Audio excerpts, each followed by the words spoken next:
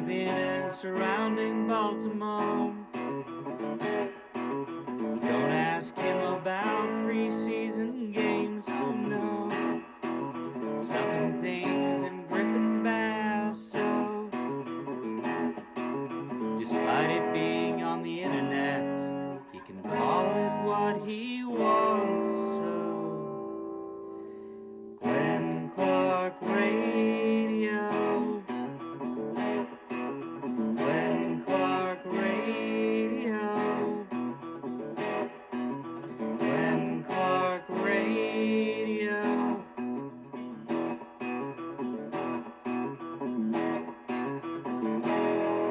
Duke sucks.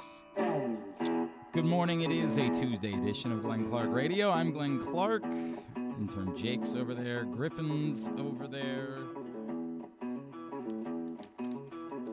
Wish I could say anything nice about the Orioles game last night, but what is it? My mother said, if you can't say anything nice, then shut the F up.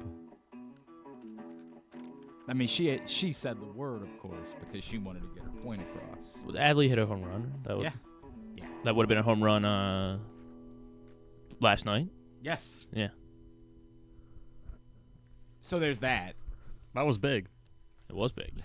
The Orioles. My fantasy team needed it. The Orioles pitcher didn't pitch. No. That's the one. So good luck the rest of the way. But the Rays are like the best team Yes. in baseball the last month. Correct. So Correct. They're the best offense in baseball overall. Now go face them with the guys that aren't your pitchers. Should be a fun week. Should be a fun week. I'm glad you're excited. Look, man, by the way, Bryan Baker is going to join us in a few minutes. Excited about that. He's having an excellent season. Looking forward to catching up with him. Someone that didn't know that he was certain to be on the roster and instead ended up a really significant leverage arm for the Orioles. So we will talk to him about how that has come about. I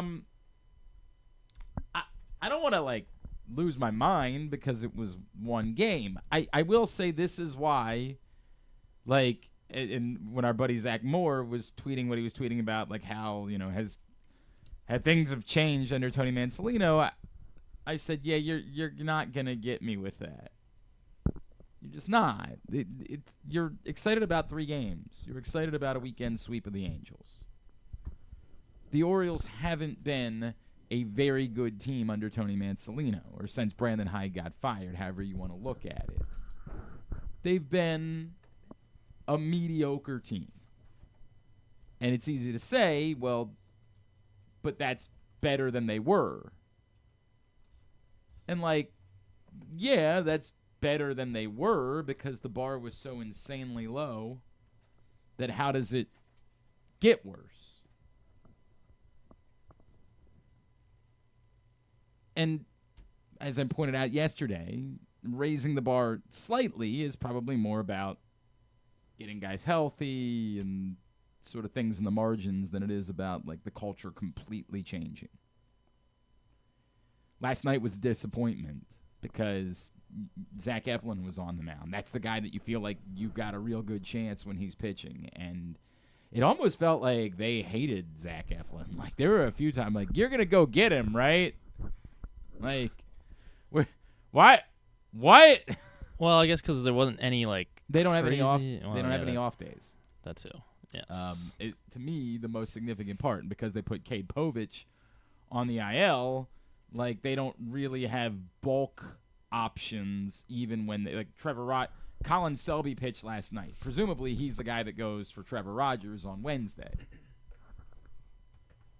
They are in a tight spot where they don't have off days, and they're only going with.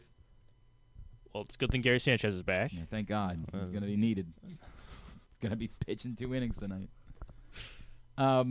So, I can, to some extent, understand why it is they left Zach Eflin out there, but I just kept thinking to myself, yikes. Now, ultimately, if you're going to score 1 run, maybe it's best you get as many innings out of the guy that, at this point, might be a mercenary, might be gone in a few weeks anyway. It certainly last night didn't help his trade value. I was reading, what was it that the heat was so overwhelming last night in Tampa that the Orioles are going to reconsider their pregame plans. That maybe they were out on the field too much before the game last night. Yeah, I mean, what Mansolino said, he wanted like some sense of normalcy for the first game, and then it sounds like they're not going to do that again the rest of the week. I mean, which I guess is fair. Look, this is, to be fair, the idea of playing outdoor baseball in Central Florida. Yeah. I try to explain people, even when I worked in Arizona, like you went to the stadium in the summer, and even if the roof was open, the AC was still on. Because Jesus.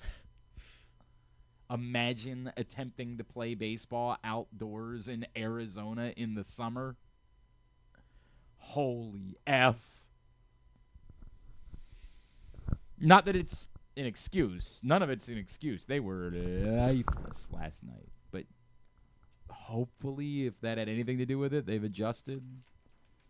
And the Rays just kept making contact, man. Give them credit, right? Like, they just kept making contact.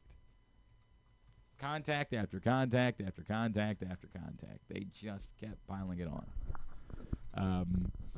It's like 2 really bad starts for Zach Eflin this year. It's funny because it makes his numbers. It looks like Zach Eflin is having a bad season numbers-wise. Like, if you looked, in some other city today where they need starting pitching. Right. They're going to be like, well, the Orioles are selling. Yeah, somebody's going to bring up Zach Eflin, and they're going to pull up his numbers and say, dude, he's got a 4.8 ERA. If we were in this situation and the Orioles were about to acquire someone with a 4.8 ERA, we would say, this guy stinks. Whereas everybody here would say, Zach Eflin is overwhelmingly having a good season. He's had 2 really atrocious starts mixed in with that. He's not having an overwhelming season, even with those 2. Like, his whip is 1.24. He's been good, but he hasn't looked like the ace that he looked like when he arrived last year. But he's had 2 really bad starts that have compounded that. And does that impact whether or not you can get a king's ransom for Zach Eflin at the deadline? Find out. We still don't know what other pitchers will even be available at the deadline. But a bad night. Bad night, to say the least, in Tampa last night for the Orioles. And that's about the end of that conversation. It was a good day for Ryan O'Hearn because he learned that Rafael Devers getting traded put him in the lead in AL DH All-Star voting. Let's go. Best news we could have ever asked for. We get like a draft pick with that? Or I don't think so. I don't think that's how it works. Of course, he could be traded by then, too. Yeah. That would be the bummer for him, is if he got shipped off to the other side.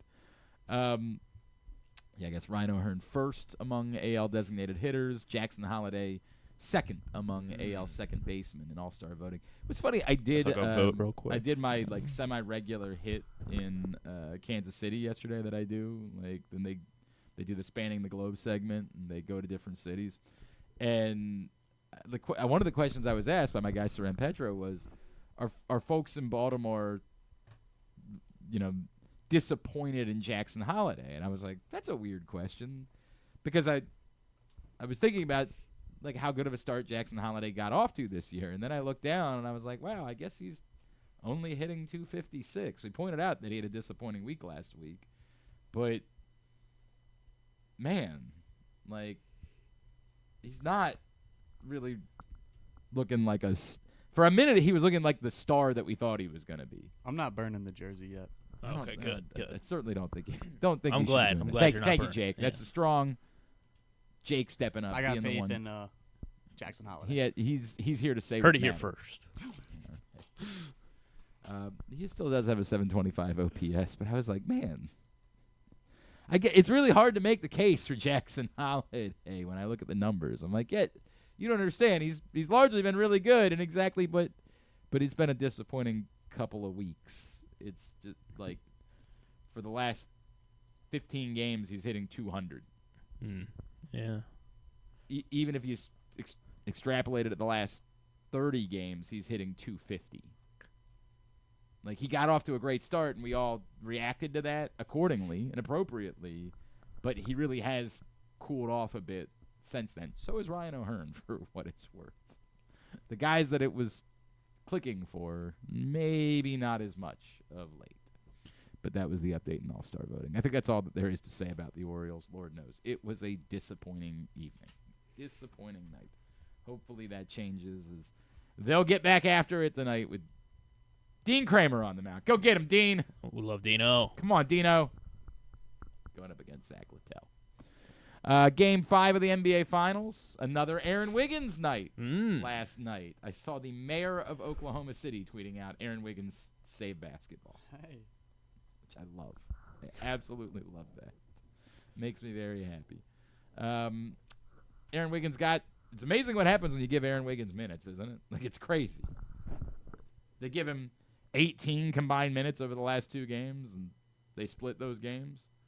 Last night, they give him 22 minutes. He pours in 14 points, going 4 for 7 from beyond the arc. Aaron Wiggins basketball, baby. Kind of incredible what happens when Aaron Wiggins gets minutes. Obviously, the story last night was Jalen Williams, who goes for 40 and provides that sort of second punch needed. The Pacers made a hell of a run again. They did it a little bit earlier than they typically do it. They did it instead late third quarter, early fourth quarter, and really shot their wad, man. They I think that's what they call it, legally speaking. I think that's the way that you describe it in school. I think that's how they teach it to the kids. I didn't say the other thing. At sports journalism I said school, wad. I didn't say. Okay. Keep that in mind. When they started making their move, I was like, oh my God, it's going to happen again. And they were doing it all despite the fact that Tyrese Halliburton had accomplished nothing. Was awful, frankly, last night. And so then I thought, oh, I've seen this script before. He's about to score, Halliburton's about to 15 points have in the 10 fourth points quarter. in the span of 2 minutes. And the Pacers are going to steal another one on the road, and they're going to have a chance to play for the title. And it just never happened. I don't know what was going on with Tyrese Halliburton. He was terrible last night. So they said his knee. They think his knee or his calf. Well, That's what Sham said. Sham said his calf was banged up in the first half. There was no question about that. I couldn't tell if that was still the story in the second half. So there was nothing official, but earlier in the series, apparently he rolled his ankle at some point, and after one of the post game interviews, the one where you're sitting down, he was walking off the stage, and you could see he was very slowly walking off the stage. Look, man. And then yesterday they kept showing one play where they were it looks like it was this play, but you couldn't really. It just looked like he just went to the floor. Yeah, and was slow to get up. I saw it when they started the second half. They showed it again, and I was like, I don't know. Yeah, I don't know, but I don't know. There's no doubt the Pacers can't do this without a better version of Tyrese Halliburton. It's going to require them winning the next 2 games. They're going to need a better version of Tyrese Halliburton. He doesn't have to be the best player on the floor. They do have. I think that's been the story of this series. To me, is I think we overlooked how much the Pacers had, how complete of a group this is. Obviously, T.J. McConnell was excellent last night, and there was a real question as to why he was off the floor in the fourth quarter when he had been playing so well. But they really have a lot of options. They are a very deep. Ben Matherin's been good this season or this series. And outside of what was the fourth when the Pacers blew it. Oh yeah, and that what was that free game? Throw? Was that game 4? Yeah, that was game 4. Yes, but he's definitely had his moments. Obi Toppin's had his moments. Obviously, Nesmith, Nembhard, they are a much deeper team than just Halliburton and Siakam. But they're gonna need a big game from Thomas Bryant Thursday. I don't think that's gonna be the difference maker. Well, would help. It would be huge if they got it. There's no doubt. But they can't do this without a better version of Tyrese Halliburton. It's just not possible. And give the Thunder credit. They weathered the storm last night when the Pacers made their move. They did not. They threw the ball away twice, and you were like, oh, boy. Oh, boy. Well, it was more than twice, but yeah. I remember 2 particularly bad turnovers. In the fourth quarter? I mean, in that late third quarter, early fourth quarter. I was thinking, when it was they were right there in the fourth quarter, and then the Thunder hit a couple shots, and this is how it was in game 1, where it was the Thunder shot horribly in the fourth quarter, Yeah. And it was like, well, if they just go 2 for 11 instead of 1 for 11 Right. from 3, and then, they knock down like 2 threes, and it's like, yeah, I mean, now. But the Thunder threw the ball away twice. One yeah. after the review. Yes. They immediately threw the ball away and gave away 2 points. And there was another after the Pacers scored where they threw the ball away on an inbound, and it was 2 free points. It was like you just saw it. You saw the okay. And I don't, again, because I have no dog in the fight. Like, yeah, I'm happy for Aaron Wiggins if he wins a title, but I have no connection to Oklahoma City whatsoever. So with no dog in the fight, I was just like, wow, this is really gonna be a thing again. This is really gonna be a thing. And it wasn't. So ultimately the Thunder go up 3-2. The Cup will be in the building on Thursday night for Game 6 of the NBA Finals back in Indianapolis, and we will see if we get a Game 7 on Sunday. The Stanley Cup will be in the building tonight for Game 6 as the Panthers try to claim it on home ice against the Oilers. And the Oilers will try again to force a Game 7 as they were able to do a year ago after they battled back from down 3-0. This time they just have to battle back from being down 3-2, but the way that it was just so lifeless. It was so lifeless. It was so lethargic the last time out that, yikes, I don't know what to make of it. I don't know what to do. So that's what's going on. I'm trying to think if there's anything else that was particularly noteworthy yesterday. I think that's the there was a no-hitter in college baseball. That's right. Gage Wood from Arkansas throws a no-hitter. Orioles? It'd be nice if they finally brought in some arms. They've got 3. Thing is, I don't know if, what are we, 20? They have 3 top 40 picks, something like that. So it was funny you brought that up because it seemed like yesterday that's where people were talking about. Like, that was the range where they thought Gage Wood was going to go. I'm like, Although he might skyrocket up some boards now. After throwing a no-hitter in the College World Series. Was it 19 strikeouts? Yeah. Yeah. It was unbelievable. 1 walk away from a perfect game. Shut down. It was heartbreaking, though, because it was Murray State. Like, you're could you just hate to see give it it to go out somebody like that. else, man? Like, this is America's team, not them. Like, this is cool and all, but not. I like. Did you show? They showed the angle of like the broadcast booth, and Ben McDonald is just standing there filming on his phone the whole time. Cool. That's cool. Time. I mean, still, you Yeah. get it's an experience. It's something that you get to say that you saw, and obviously he was calling. So that's a cool moment as they march on. Did they ever end up finishing UCLA? No, they did not. So that's that one is this just, I morning? think it was going to. It might have started like 15 minutes Yeah, ago. I think that we're yeah. going to make that up this morning. So, there you go. You want to put it on? Yeah, sure. We can watch it. I got no issue with that. I don't really have a dog in the hunt. But, yeah, all right, that covers it. I think that's everything that happened. Today's show is brought to you by Game Day Men's Health in Owings Mills, Frederick, and Columbia. I have been talking to you. Brian Powell sent me a message like, hey, ever since you started going to Game Day Men's Health, you think you could take a world's biggest choke slam from AJ? And I was like, I'm going to pass. Yes. Oh. Going to pass. No, thank you. Up the peptides. Come on. I'm good. That said, I do feel better. I've been feeling better for a little while. The peptide treatment has worked for me. I'm not going to pretend. This is the thing. I'm not going to bamboozle you. I'm not going to lie to you and be like, suddenly I can lift 1,000 pounds. It's nothing like that. It's that when I wake up in the morning, I don't feel as beat up. I don't have to go through the process that I was going through every morning when I woke up, where I was like, it's nothing like that. Instead, I wake up and I'm just ready to go. I'm ready to greet the day.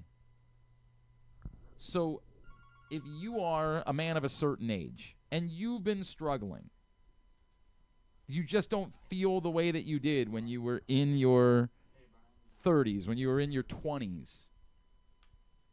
I'm telling you, it's worth visiting GameDayMen'sHealth.com. It's worth just getting that complimentary testosterone test, talking to someone. These are things that are difficult to talk to your friends about. You're like, hey, man, I don't feel like myself. They'll talk to you about it. Game Day Men's Health, Owings Mills, 443-264-4454. GameDayMen'sHealth.com, again, is the website. A pleasure this morning to be joined by a man who's having an outstanding season, someone who kind of has admitted, he didn't know that he was guaranteed a roster spot for the Baltimore Orioles, and instead he's pitching to a 2.59 ERA and a 0.89 whip on the season. He is Orioles reliever Bryan Baker, and he is with us this morning here on GCR. Bryan, it's Glenn in Baltimore. It's great to chat with you, man. Thank you so much for taking the time for us this morning.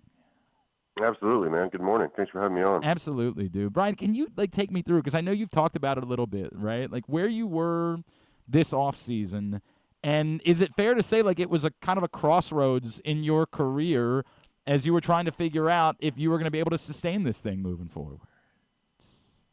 Yeah, absolutely. I was back to the drawing board kind of this offseason and trying to improve and in any way I can, and try to come back this year and be the best version of myself, as soon as spring training started. So I'm happy with the way things have gone so far, and hopefully we can keep it rolling. Yeah, right. I don't blame you for that whatsoever. Bryan, was it more like the work that you did this offseason, was it more physical? Was it more mental? What was it that to you maybe made things click, that things have gone so well this season? I'm sure it was a little bit of both. I think a lot of having success as a reliever is just kind of getting on a roll and trying to maintain that. And I think I was pretty close the last couple of years in terms of kind of finding that stride. I just barely off with whether it be some inconsistencies or command, or kind of losing feel for an off-speed pitch, or kind of losing fastball command, or whatever it may be. I kind of just tried to, the beginning of this offseason, try to attack my weaknesses and try to just become more well-rounded. So I think it was, a combination of some physical stuff we did to ramp up earlier, try to come in throwing a little bit harder and throwing more strikes, and then the mentality-wise kind of shifted in that as well. You referenced that. I remember reading the story in the banner about how typically your velocity tends to come as the season goes along, but in the offseason you were already hitting it 95, right? Yeah, definitely. Yeah, I've always been kind of a slower starter to the year. I think a lot of times I come into spring training at 93 to 96-ish and kind of work my way up from there. But this year I really wanted to come in and make sure I was ready to go from the jump, and just kind of see what I could do from that point of view. And I started throwing a little bit earlier, and intent was ramped up a little bit earlier in the off season than normal, but usually before Christmas I don't really do too much throwing the ball hard, but I did start that a little bit earlier this year, so I think that probably helped. Did you have any thought of maybe this is too much? Did you go through any of the am I going to end up regretting this? Is this not going to work? Did you have to think about that at all? Absolutely, man. It's health is the most important thing, really. Right. You got to be available, right? So it was just keeping a feel for making sure I wasn't doing too much, but at the same time, making sure I was trying to get my body synced up and throwing as hard as I could before spring training started. I appreciate it. Bryan Baker is with us here on GCR. Bryan, when you start, the results start coming, we know you're an emotional guy, right? We see that in you. What does it? Do you have to try to pretend like it's not happening? Do you have to try to poker face it at all and just not get too high about it, or is that just impossible? You're doing the thing that you're supposed to be doing. You're living your dream. There's no way to not be excited about it when it's working. I think you kind of hit it on the head there. I think whenever my 3 or 4 outs are up and my job is over for the day and I've done a good job, I think getting big league hitters out and doing it successfully is one of the most satisfying things, and especially when you've just been working so hard to get to that point. So I think a little bit of relief and excitement, and everything kind of oozes out as soon as that last out is made. So yeah, it kind of comes out in various fashions for sure. But yeah, no, I think I've always been a pretty fired up competitor. So I love getting out there and competing, and hopefully spreading a little bit of that energy to my teammates and rubbing off on them a little bit as well. Has there ever been one that like somebody has showed you, or you got a text from a friend later about, and you're like, okay, maybe that was a bit much. Like maybe that. Oh yeah. Do you remember which one it was? There's probably multiple. Yeah, I mean, I think it kind of more so started whenever I made the switch from being a starting pitcher to a relief pitcher early on in the minor leagues. And it's just such a different mentality shift from, as a starter, I feel like you need to be more even keeled and make sure you get through your, 5-6 innings or whatever it may be. As a reliever, it's just such a different feel for me. It's just you go out there and give it everything you got for, 3 or 4 outs or whatever it may be. So it's just a little easier to kind of exert your energy that way. And I really noticed a big shift in terms of how much better I was whenever I wasn't screening my emotions or like worried about how I'm really like exerting myself out there. So I kind of just let it fly and hopefully don't offend too many people, and hopefully fire up my teammates a little bit. My God, man, like this is baseball. Like, how do you not get fired up? This is where some people accuse me of being an old man yelling at a cloud. This is where I'm the exact opposite of that. We're like, you did your job. Like you did what we are all rooting for you to do. Imagine if you were emotionless about it, right? Like, come on, dude. Yeah, let's I'd be enjoy it. Concerned at that point. Right. Like maybe you don't really want to do this. Maybe baseball's not for you if you can't get fired up in those moments. You're living. Every single person that's watching you is dreaming of something like that. Hell yeah, go celebrate it. Yeah, I mean, I think it's as a fan, whenever I'm watching other sports, right? I want to see the athletes fired up and like really into what they're doing, So I think it's just kind of applies to the way I do it to my in my sport. So yeah, I mean, as a fan, I like watching the intensity and even a little chippiness sometimes in sports like hockey and stuff like that. So right. I think trying to win is a good thing, and it creates a good product for the fans, hopefully. I strongly agree with that, Brian. Do you have – so I'll make a comparison, right? Like in my dopey radio career, the moment that I always talk about, Stan Lee, the guy who created Marvel Comics, an icon he once told me I was a hell of a good interviewer. And when I say I listened to that clip like over and over and over again, I mean like I don't go a week without it coming up in my life. Do you have one, like a spot that you were in or a strikeout that you got against someone that's similar at all for you, that like maybe when you're not feeling it one day, you go back and remind yourself like, dude, that was you. You did that. Absolutely. Well, first of all, that's awesome. I'm a huge Stan Lee fan. Bro, but, I'll never I should have just quit that day, really. Like I should have just said like it's the birth of my kids, and that's the list. That was That's awesome. Yeah, no, I definitely do. I definitely have. I mean, it's such a confidence game, I think. So, I think it's, as athletes, it's great to go back on moments of success or a really big spot that you did really well, and kind of remind yourself that you can keep doing that. So, it's the stuff like that is awesome. I think it's great to reinforce that. I think for me, most similar to that in terms of my career would probably be, I faced Judge, I think it was in 22 when he was chasing the AL homer record. And he was already at 61 maybe. And this was like the second to last series of the year, I think, in New York. And it was surreal, man. Every single person in the stadium had their phones out. Yeah. It was dead silent. Yeah. Got to face him in that spot, and I happened to have a really good day. So I think I struck out like 5 in 2 innings, and we were up like 3-1 in the 7th and 8th inning or something like that. And yeah, I faced him and I hung a slider. He fouled it off. I kind of got away with one, and then I got him to strike out on a fastball, and everybody started leaving the stadium. So that was one of those moments That's for me, cool, for sure, man. that I can look back on. That's cool, right? Like, I feel like even just remembering and feeling that moment again has got to be pretty special. Like, that is really Absolutely. cool. Brian, Yeah, and that guy's hard enough to get out as it is, but whenever he's right, facing 62 homers, Yeah. it's a little more. You're facing an entire stadium's worth of people in the process.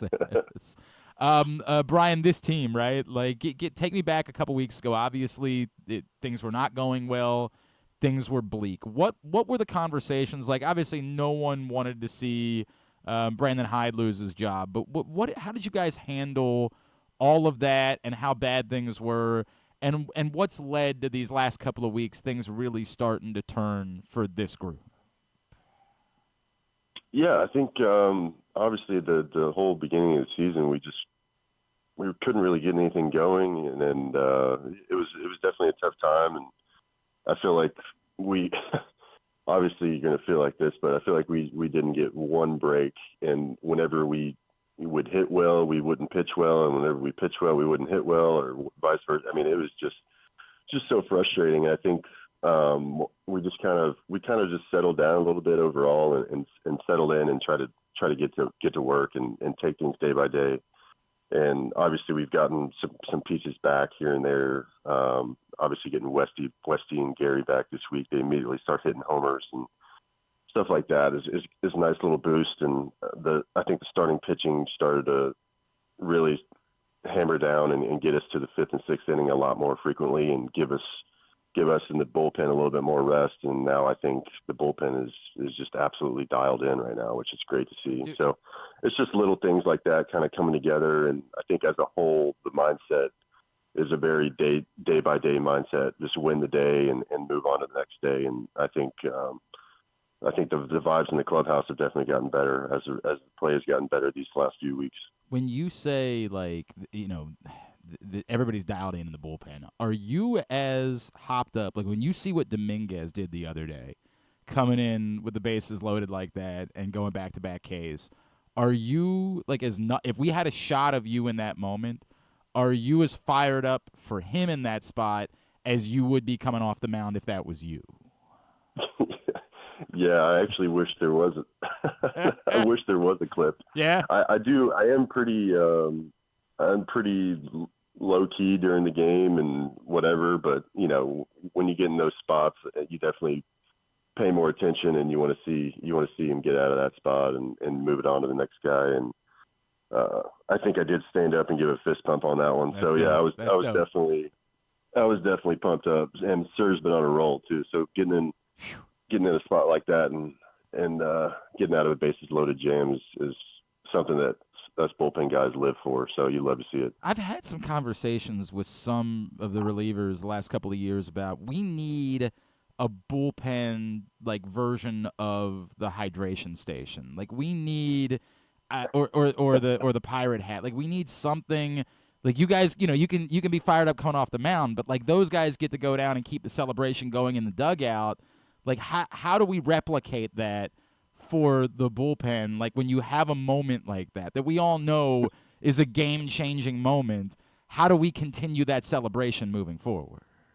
Oh man, that is such a good idea that I haven't heard that one. But it makes total sense. I would argue that you guys should be allowed to hit the hydration station in that moment, right? Like, I love that. Too. Why is it only for the home runs? Like, I feel like something like that should be worthy of, dude, get over there.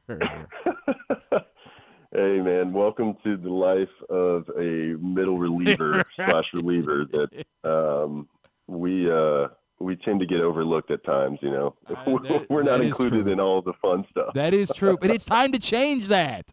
My God, we all saw it on Sunday. That was the moment, to take nothing away from Sanchez and the Grand Slam or any, Povich was great, right. But like that was the moment. The game was at stake. It was everything was up for grabs, and that was the moment. We should be able to say, "Hell yeah, we're celebrating that thing."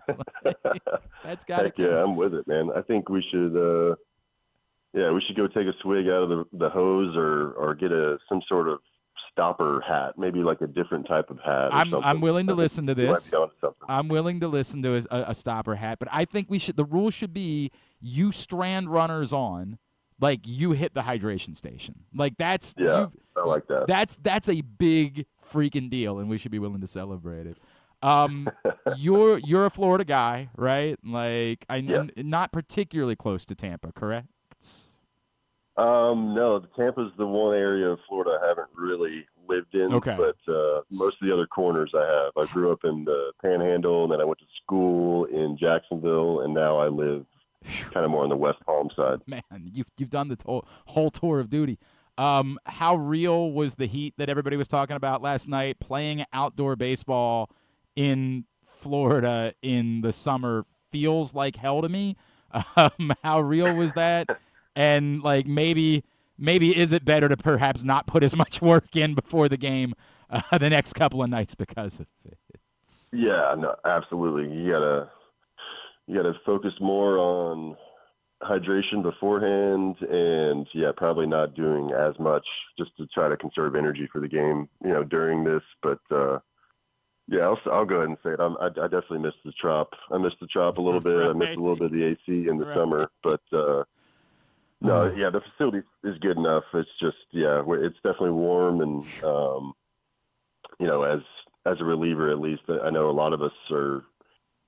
It's almost makes it easier for us because we don't have to do as much activation and like moving around and stuff before we go in. So it honestly just it shortens my workload a little bit, and I'll probably only need about 5 pitches to get loose before I go in there. So seriously, right? That's the positive side of it.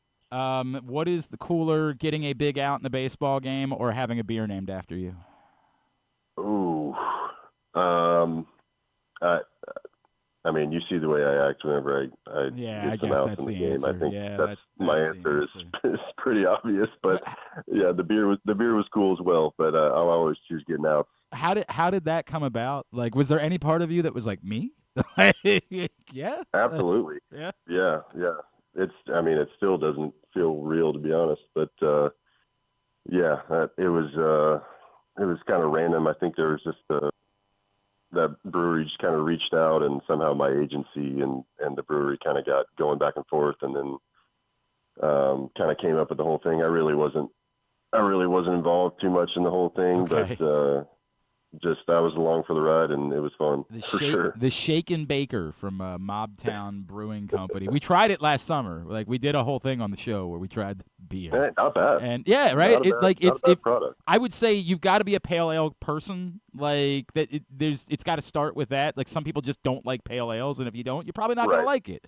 But if you like pale ales, it's a really good pale ale, man. Like it really is a damn fine pale ale.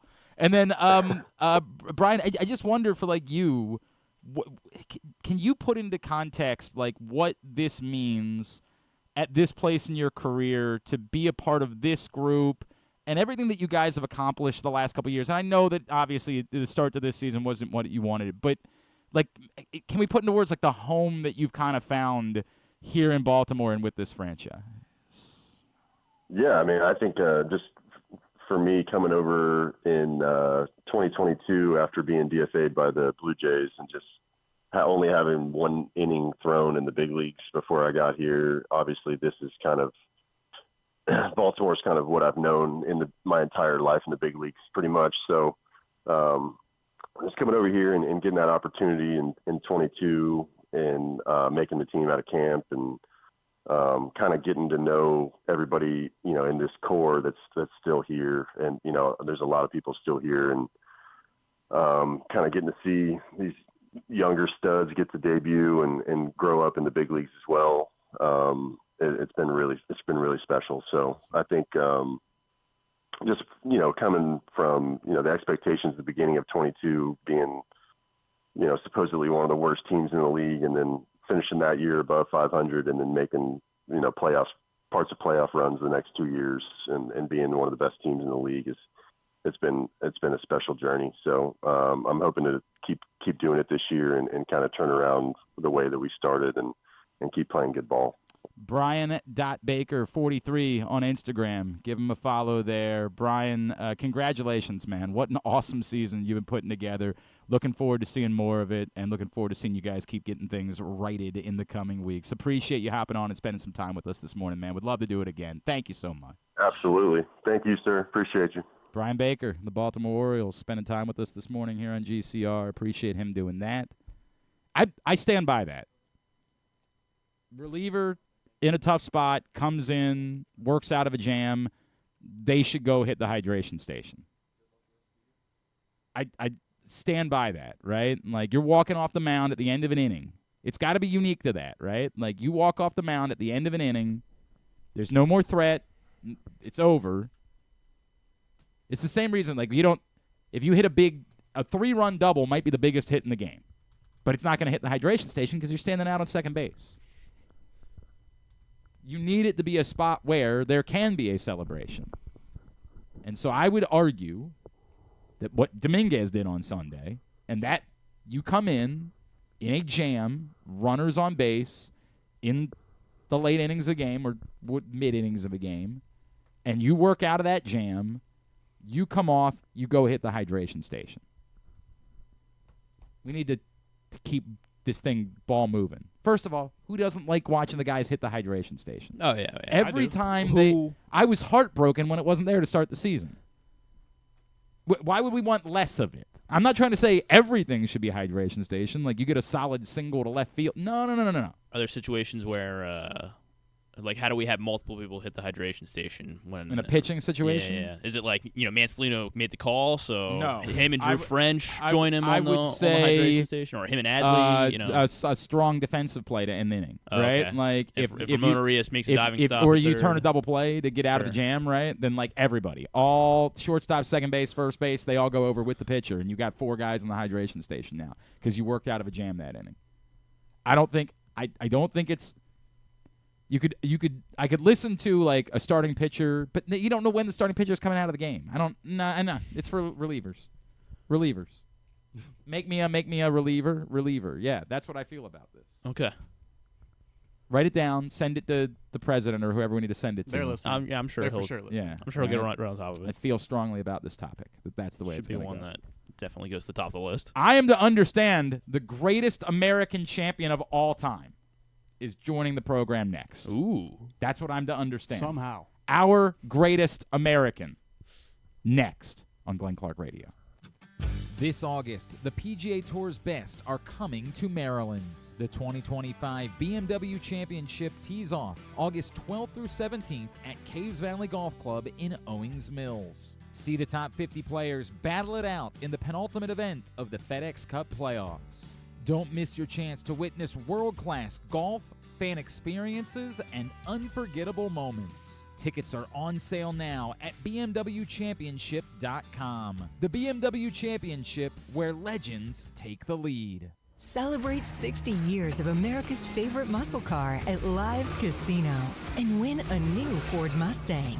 Earn entries daily and enjoy revved-up specials across our restaurants and bars all June. Cruise in Saturday, June 28th, and be one of 25 players to win cool trips, hot prizes, or a new Ford Mustang. Hit the gas at Live Casino at Arundel Mills. Must be 21. Please play responsibly. For help, visit mdgamblinghelp.org or call 1-800-GAMBLER. Driving in Maryland? Did you know an Easy Pass from DriveEasyMD.com can save you time and money? Of course you did, because you are a thrifty driver. An antenna reads your Easy Pass transponder and automatically deducts the toll from your Easy Pass account. Learn more at DriveEasyMD.com. What makes the Costas Inn so special? This is Stan the Fan telling you that it's the people that work for you, cooking and serving. But that menu is also special with a capital S. Soups, salads, the raw bar, pasta dishes, seafood specialties, and entrees like the Costas combos, steaks, chops, ribs, amazingly delicious meatloaf, and all manner of delicious filling sandwiches including pit beef and turkey and subs. Of course, the steamed crabs are as good as you you can get anywhere, and they serve them 12 months a year. The crab cakes are out of this world. Costas is open 7 days a week for lunch and dinner at 4100 North Point Boulevard. And coming soon, very soon, Costas in Timonium at the OTB Parlor at Timonium Racecourse. We'll get you the opening date real soon. Gambling can be a fun and entertaining experience, but there are risks involved. If you're planning on betting on the game at the casino or on your phone or computer, know your limit, stay within it. Set a budget and a time to stop. Remember, gambling isn't a financial solution, and it doesn't mix well with alcohol or drugs. Know the risks and have a plan before you begin gambling. For free and confidential services, call 1-800-GAMBLER 24/7 or go to helpmygamblingproblem.org. Want to improve your golf game or learn to play for the first time? The Baltimore Golf Academy has fun, instructional programs for the beginner golfer to everyday players. The Baltimore Golf Academy can take your game to the next level. Enroll today at baltimoregolfacademy.com. Whether your focus is luxury and comfort, convenience and technologically advanced connectivity, or sporty performance and aggressive styling, we've got the perfect Highlander for you. Check out buyatoyota.com for deals on new Highlanders from your local Toyota dealer today. Coming back in here with Glenn and the other guy, Garrett, whatever his name is. You know who they are. All right, back in here on GCR as we continue along on a Monday edition of the. Sorry, I said Monday. It's Tuesday, of course. It is Music Monday. So it is music. Monday, That's a good point. Yeah. It is Music Monday. That probably has something to do with it. If you missed Stan the Fan, Ross Grimsey and Luke Jackson talking baseball yesterday, you can find it facebook.com/PressBoxSports. Click on the videos tab. Go to youtube.com/PressBoxOnline or PressBoxOnline.com/video. They do it every Monday, and as always, they are brought to you by the Costas Inn and the brand new Costas Inn in Timonium. Wonderful news. News our country needed. It is a polarizing time in our country. There are strong emotions all over the place, and there are few things that can bring us together. But this man can. And the news that we learned yesterday, that he's back, baby. We don't have to cancel the 4th of July again this year because our greatest American champion will be performing for our enjoyment at the Nathan's Famous Hot Dog Eating Contest. You know how strongly I feel about this man. He's been a friend for a long time. He's made quite a few appearances over the years with our friends over at Jimmy's. He is the great Joey Jaws Chestnut, and he's back with us this morning here on GCR. Joey, it's Glenn. It is always good to hear your voice, my friend. Thank you for taking time for us this morning. Oh, it's great to hear your voice. It's a tradition, and I'll be talking to you again in July before the 4th. It feels good. Can you, for people that don't understand what happened, is there a dumb guy way of explaining to us, here's what happened, and here's why we were able to overcome it, to make sure that we didn't have to ruin the 4th of July and cancel it again this year? Yeah, it was, I think both sides, we weren't communicating very well. I was doing a little bit of work with a plant-based food company, and I still am working with them, but at that time, I told Nathan, like, hey, you know what? I don't feel like working with them. It violates any agreement. And so they were like, no, they were offended. And so we both dug in our heels, and I didn't get a new contract last year. But we decided we went back to the drawing board, and we figured it out this year, and we both kind of met in the middle. And to be clear, Nathan's all beef hot dogs are the only hot dog brand I'm working with ever. So that's we're making that. We made it work. Yeah, you're pretty associated with that brand. Like, it's going to be hard for there to be anything other than that. What was it like for you last year, Joey? Like, were you at peace with it? Like, hey man, if this is it, this is it. I've accomplished literally everything there is to accomplish. I'll be good. Or was it like heartbreaking for you to go experience the 4th of July where you weren't eating hot dogs in New York? Oh my God, yeah. So it would have been absolutely heartbreaking if I didn't eat hot dogs at all. Luckily, there was a military base at Fort Bliss in Texas. They invited me to come out and eat hot dogs against their soldiers, and I absolutely annihilated some hot dogs and had a great time there. But it's the New York Coney Island, Nathan said that contest. It's iconic, and I love it. I love being there, and I'm just so I'm amped. It's been a few years since we've had a new world record, and I'm hungry. So I saw you say that yesterday, that like you're coming back with a vengeance, like you're coming back to hit 80. What is? This is the thing. But Joey Chestnut is with us because one of the things I love most about you is whenever we have this conversation, you always remind me, dude, I genuinely love eating hot dogs, like, which is just wonderful to me. Have you, like, in training, just messing around the last couple years, have you put up the type of number that makes you say, yeah, when I get back there, I'm going to put on a show that they've never seen before? And so last year we did that event with Netflix. Yes, and, with you versus Kobayashi, yeah. And he had these crazy rules where he couldn't dunk. And so he thought he was going to trip me up with some changes in the rules, but I learned how to eat the hot dogs without dunking. Oh, my God. And, no, it's weird because, like, I think towards the end of the contest, it's actually a little bit faster because there's less movement. Okay. It's in the beginning of the contest, it's faster to dunk because the buns go down fast. Right. But when the end of the contest, the separating the meat from the buns and then dunking, it's all these extra movements. It's easier just to close my eyes and grab a hot dog and take a little sip of water. So I think this year I think that's going to be the trick towards the end of the contest. I'm going to make a switch to no dunking and just close my eyes and just find my happy place. Dude, this is like mind blowing to me because that sounds like the idea that you've already consumed like 50 hot dogs and now you're just raw dogging, like that seems. Well, another thing about it is like they taste better because in the beginning of the contest I'm an animal. I could be eating nails, but it's towards the end of the contest I don't want to eat a wet bun. I've already eaten 50. It's actually smarter in a couple ways. They taste better. The only problem is I'm taking a little bit more air because the dry bun. So I have to be careful about my burps. But I'm hoping I can find that rhythm at the end and really push to that. We have 66 hot dogs or 76 hot dogs is tough. So I'm going to be working hard. I need this breakdown because of all the things I've asked you about. I've never asked this question. We have seen others struggle with reversals on the 4th of July. Has there ever been a burp in your career that you've genuinely been nervous about? Like that you have been concerned might be a problem and I don't want to let it out? Oh, sometimes they come out fast. And on the 4th of July, I think I've always been pretty lucky that I have my hand there. Okay. But there's been some contests where I hear a couple gasps in the audience, like they're like and I just have to I pretend like nothing happened, and I just keep going. Dude, you're an athlete. Like this is what separates. I don't want to draw attention to it.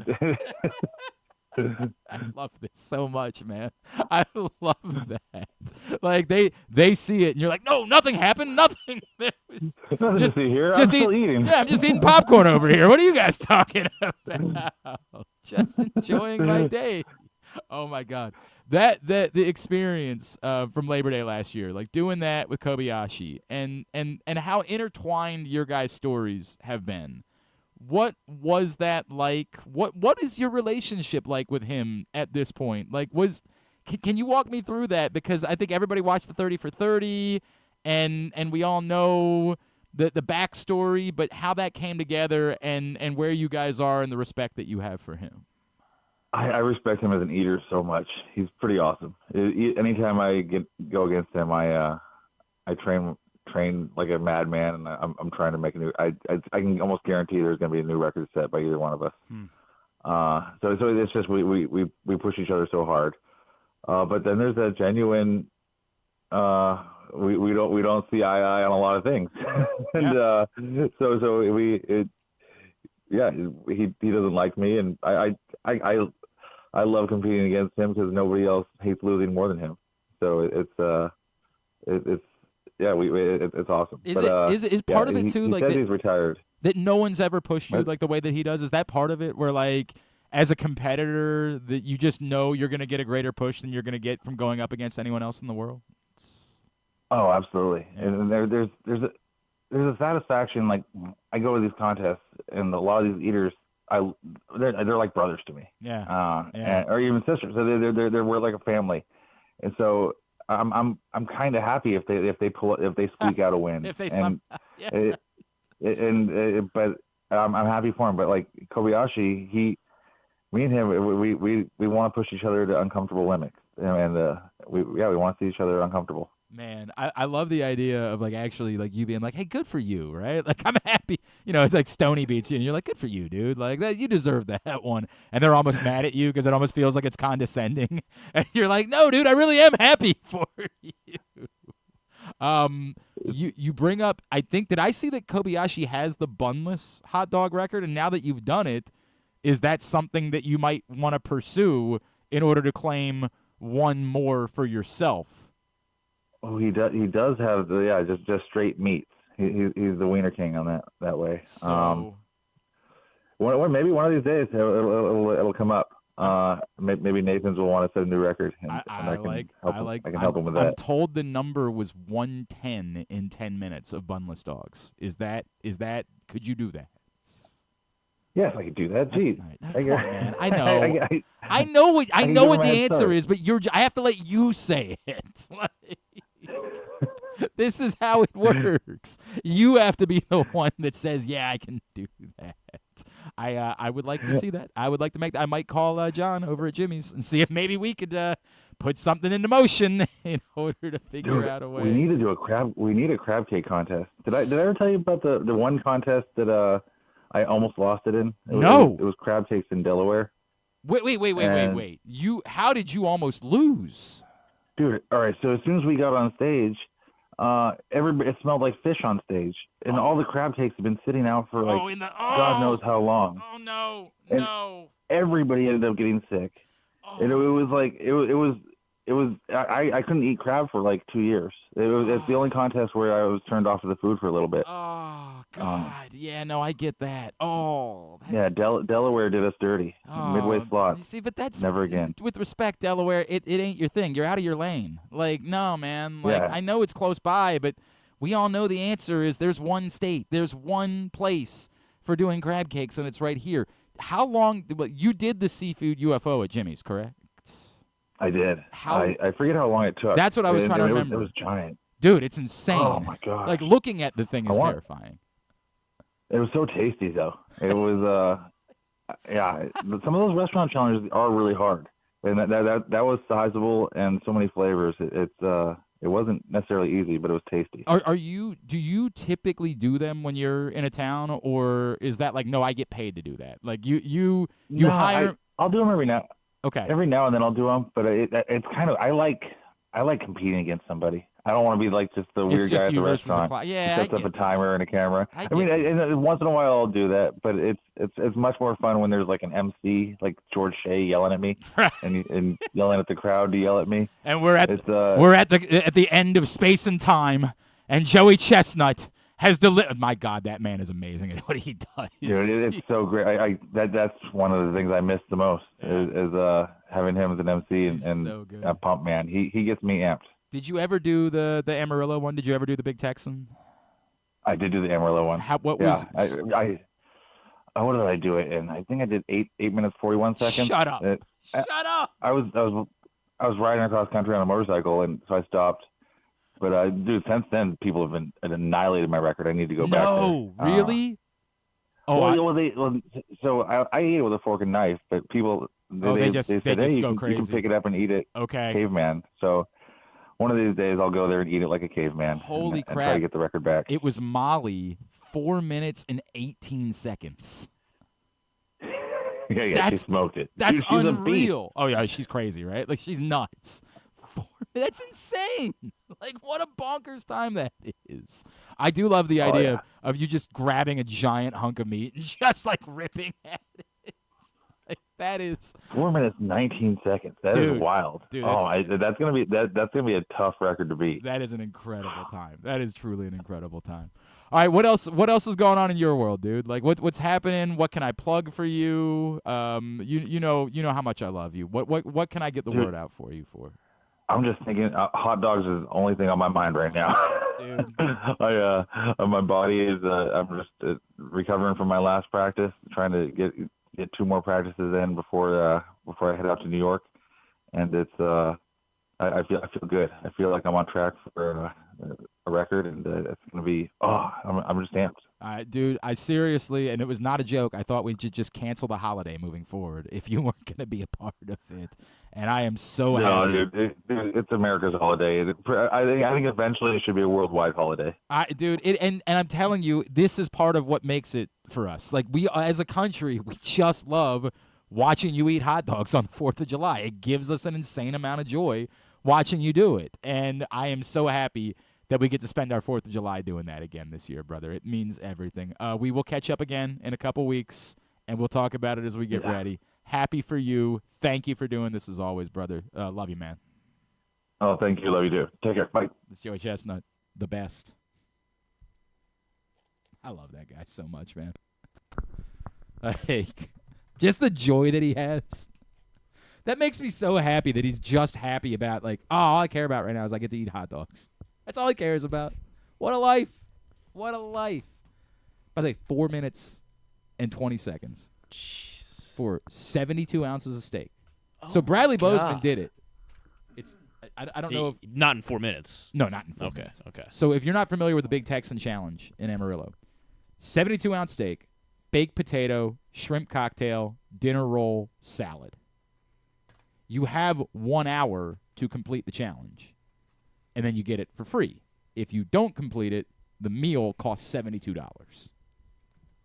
So Bradley and Nikki Bozeman, our friends, Bradley now with the Chargers, and his wife Nikki, were right before the pandemic doing a cross-country bullying tour, or anti-bullying tour. They weren't promoting bullying. Gotcha. Anti-bullying tour. Doesn't surprise me. Doesn't surprise me. Because you see him on the field and you think, that guy's a bully, right? Like, I get it. But no, it was anti-bullying, where they were going from like middle schools and elementary schools and doing assemblies about not bullying kids. Nikki was a basketball player at Alabama. Like, they were both very high-level athletes. And they were in, I don't know, they called us from Amarillo one day where they were doing an assembly.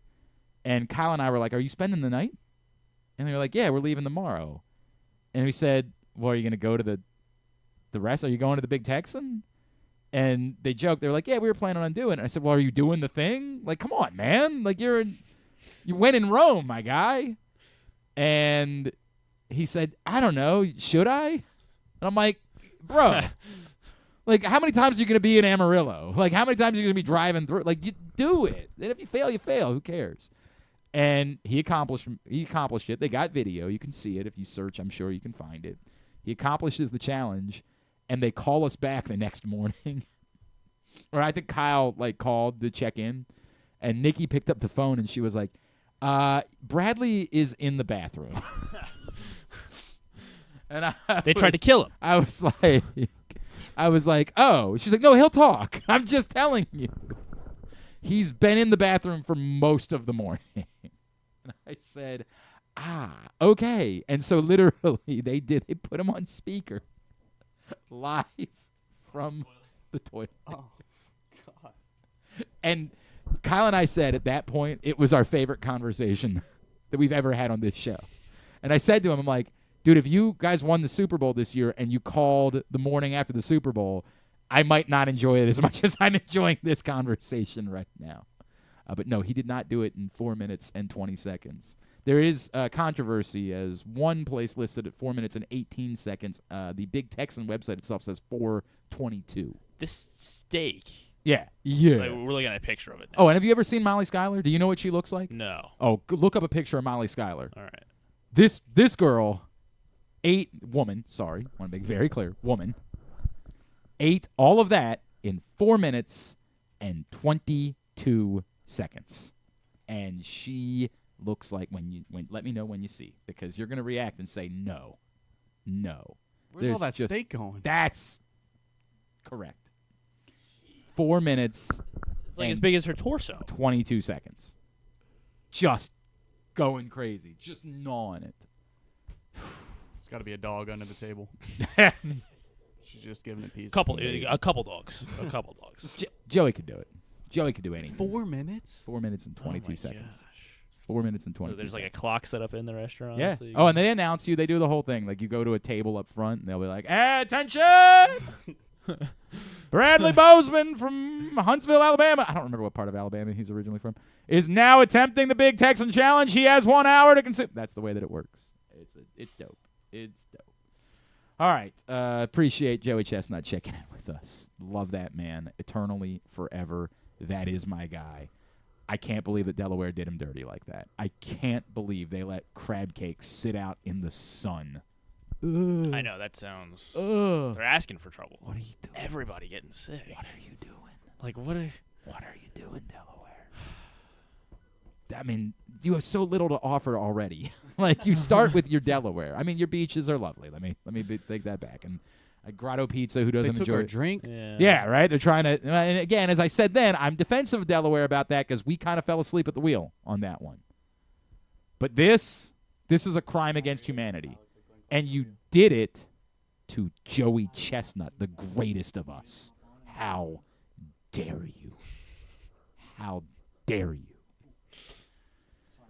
Hey, we got a brand new print issue of Press Box that's hitting stands in the next 24 hours. It's starting today. By tomorrow, it will be wheeled out to your neighborhood Royal Farms, any of the hundreds of locations around town where you find Press Box. Brand new print issue of Press Box. On the cover, you will find the first ever Basketball Hall of Famer from Baltimore, as we celebrate Carmelo Anthony's induction to the Basketball Hall of Fame coming up later on this summer. Speaking to those who knew him about how Baltimore shaped his Hall of Fame legacy. So that print issue of Press Box will be available starting today. By tomorrow, it'll be rolled out everywhere, and you'll be able to read it all. PressBoxOnline.com.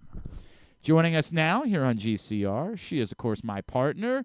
The Reeta and Glenn podcast can now be found on YouTube. It can be found on Spotify, wherever you get your podcasts. We put it up on Our Greatest Hits. And she is, of course, the NFL chick, Reeta Hubbard, and she's with us this morning here on GCR. What's going on, friend? How are you?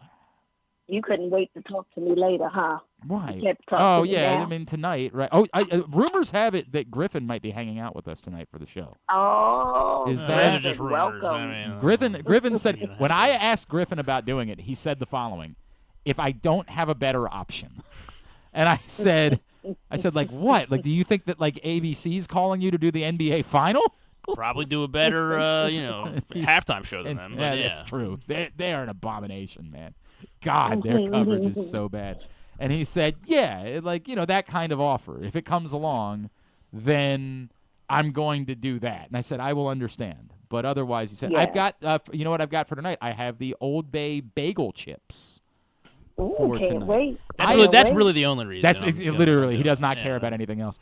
I figured we would skip book club for this week because Griffin didn't know the assignment, so that's on Well, me. do I know the assignment? It's the long shot, the one about the Larry David and the Curb Your Enthusiasm yeah, episode yeah. that we've been meaning to do for a little while. Although there are others that I'm kind of interested. Now. there have been a few that have come out. Like I want to watch the Astro World one, the Travis Scott, the one about. I saw that. I want to watch that Yeah. one.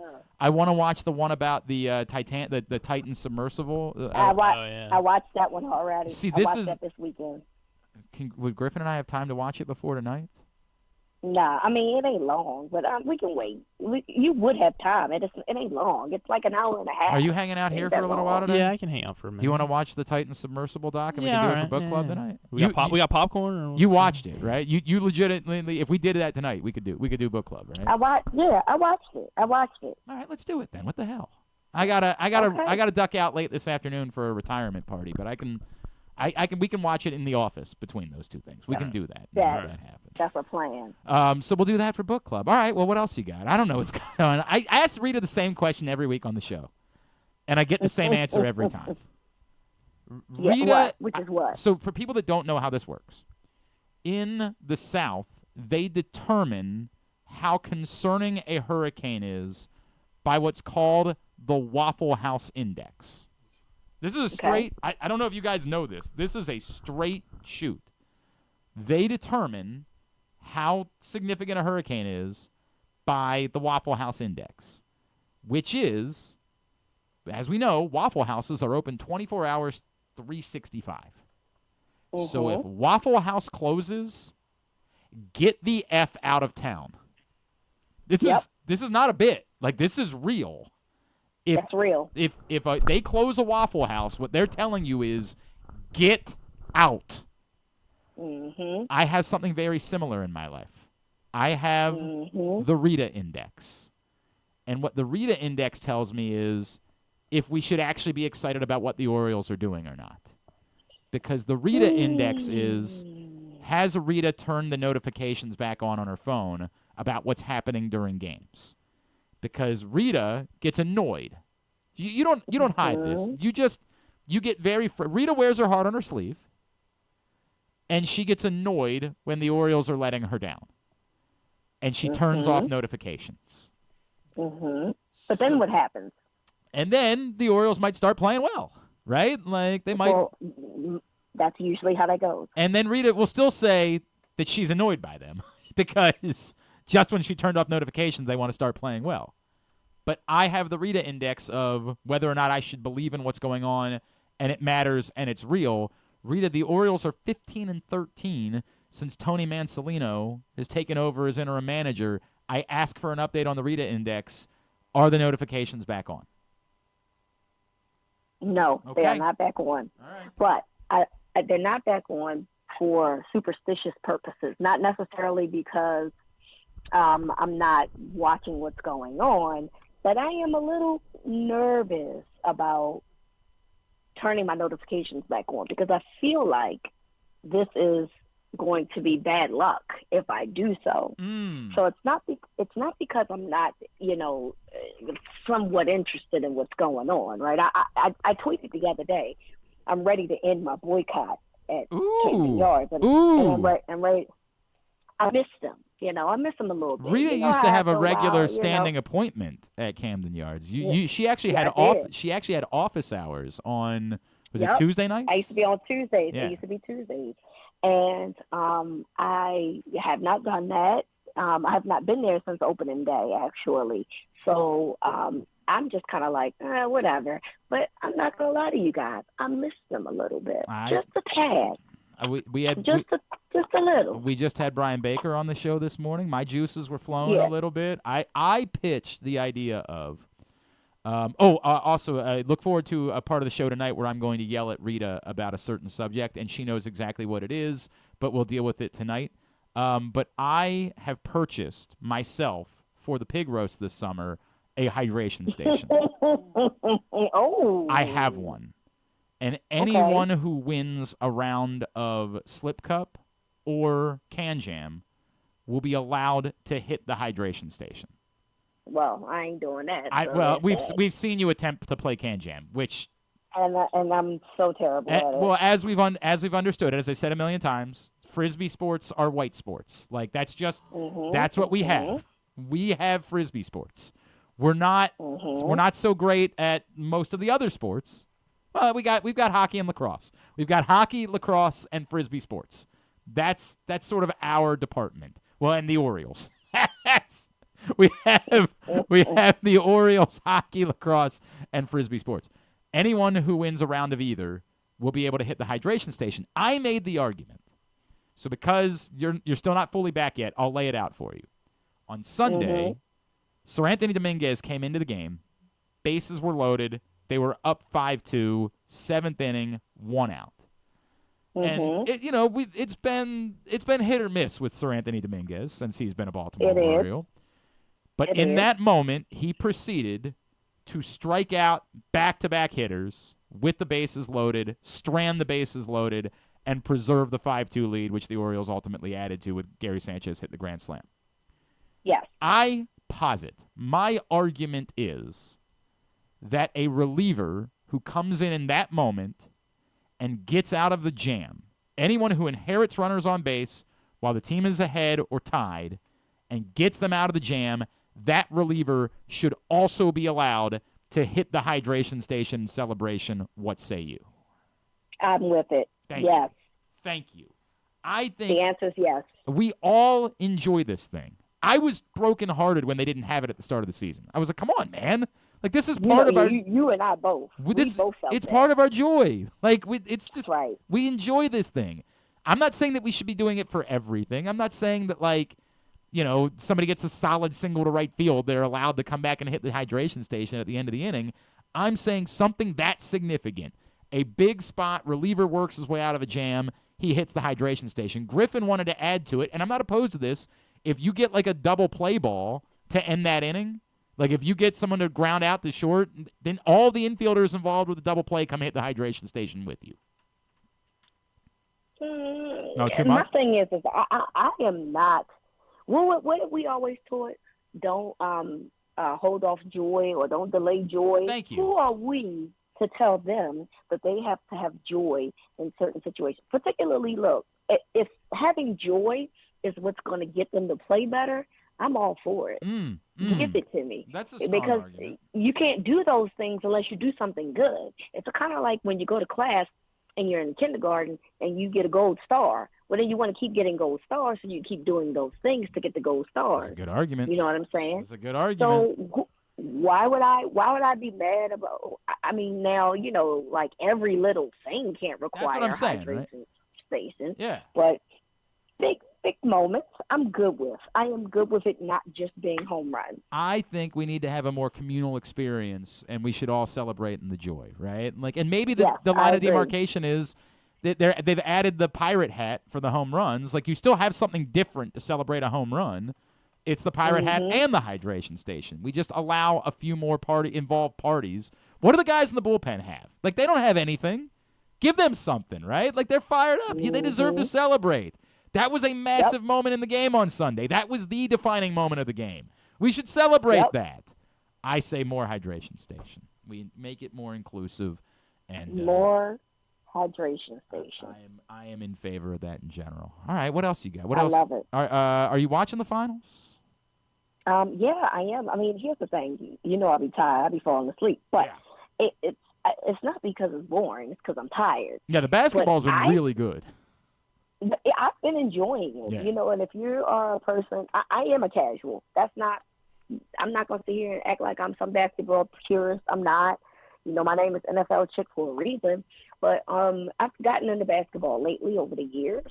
And, yes, do I watch basketball for superstars? Yes, I do. But I've been watching this finals, and I do think that there's a lot of good basketball being played. Now, I would think that Tyrese Halliburton would disagree with us in terms of what happened last night. Wretched. But boy, all the New York folks. I saw that too. Okay. I'm watching that too. All right, read it. You live a certain amount of petty. I know you, right? Like, you are a fan of an amount of petty. I can be a fan of an amount of petty, right? Like, I can. But I feel like it should be earned petty. And to me, a guy beating you in a series is not the type of petty where, like, the comeuppance gives me joy, right? Like, it doesn't change. Well, we couldn't beat the guy. Like, that doesn't change anything. Now, if it's a blood rival, right? Like, I don't care. You're never going to get me to, like, feel something about the fact that I'm going to root against the Yankees and the Red Sox if they're in the playoffs. You're not going to be able to say, well, the Orioles couldn't beat them. No. Spare me. These are blood rivalries. And maybe for some people, the Knicks-Pacers has become a blood rivalry because this is now on top of what Reggie Miller did to them years ago. And so I'll listen to the argument. But to me, this is almost the wrong kind of petty where I'm like, yeah, I get it. Like, but you had the chance to do this, and you couldn't shut him up. Like, he beat your ass. Like, I don't know what you're celebrating with Tyrese Halliburton now falling on his face in Game 5 of the NBA Finals. It was that was weird for me last night. Yeah, it was very weird. And look, and they say he's hurt. And it's whatever, right? But listen, was it 4 points? 2, 4? Yeah, four, correct. He had a single triple. Like, he had like 4 listen, points, listen. 6 assists, You know something who's like up- that. You know who's judging him big time? Michael Jordan. Michael Jordan was like, I had a whole flu. I had a whole ass. That's flu, true. And I had a game. The game of Like, my how life. Dare Yeah, you? right. I had a game of my life. Yeah. You got your legs a little bruised, and no, stop it. That was a rough night for Tyrese.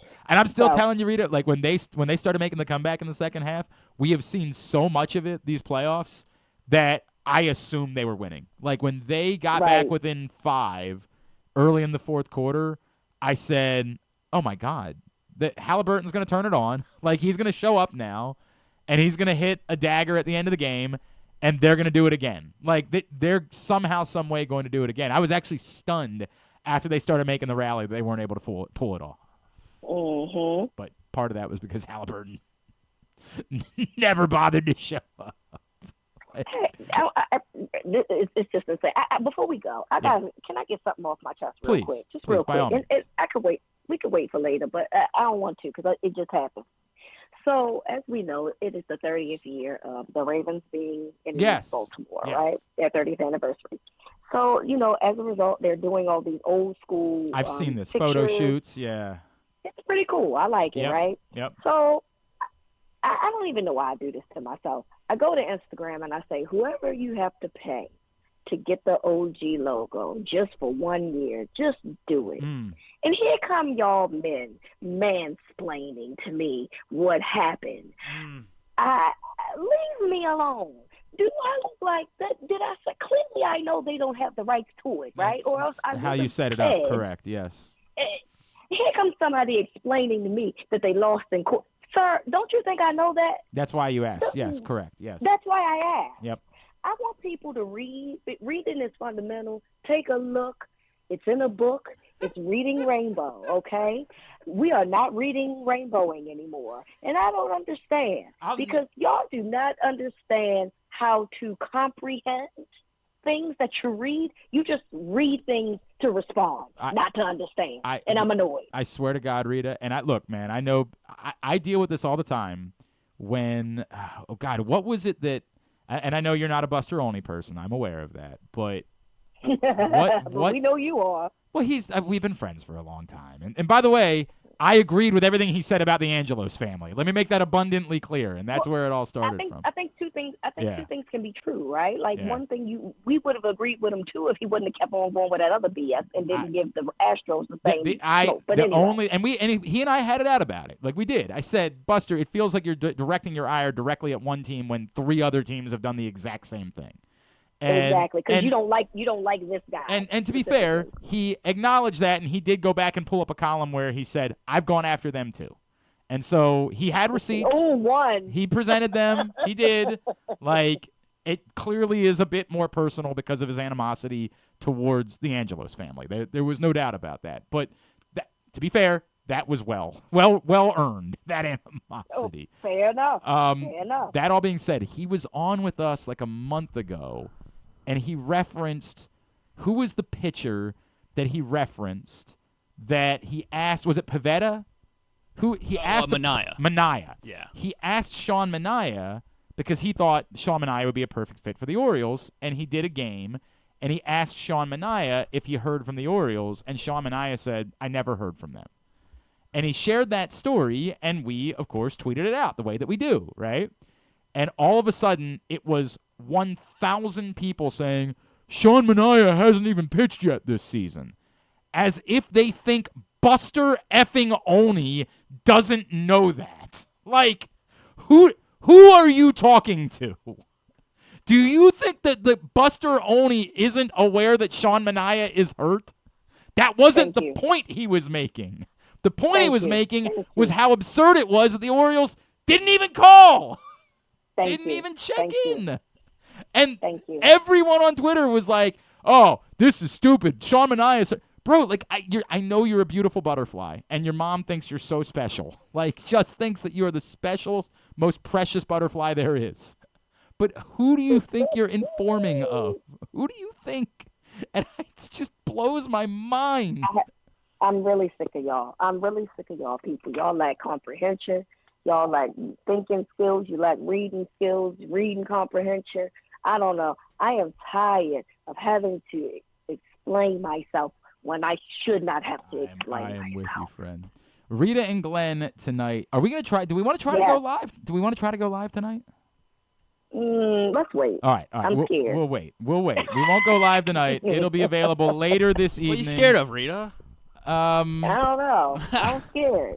Are you not scared? You don't even go This is the here thing. normally, This is the Griffin. funny part. Griffin, but he runs the software every day. So, like, unlike Caleb, who does have to read, like, Griffin's like, dude, this is easy. We could do this in a snap. Okay. Well, I mean, we But can do it then if y'all wanna I do get it. I get it. Just because maybe we wait until you're not traveling to DC every day. Maybe we Well, wait. What's funny about that is like my mom asked me last night, like, what time are you guys on? And I was like, whenever. Yeah, it's a podcast. It's a podcast. She's like, oh, that's right, I forgot. Well, when does it go up? I'm like, when we're done. Correct. Like, yeah. The plan will be Reeta is making some changes in her life. And when those changes happen, then we'll adjust the timing so that we're more comfortable that everybody can be ready by a certain time.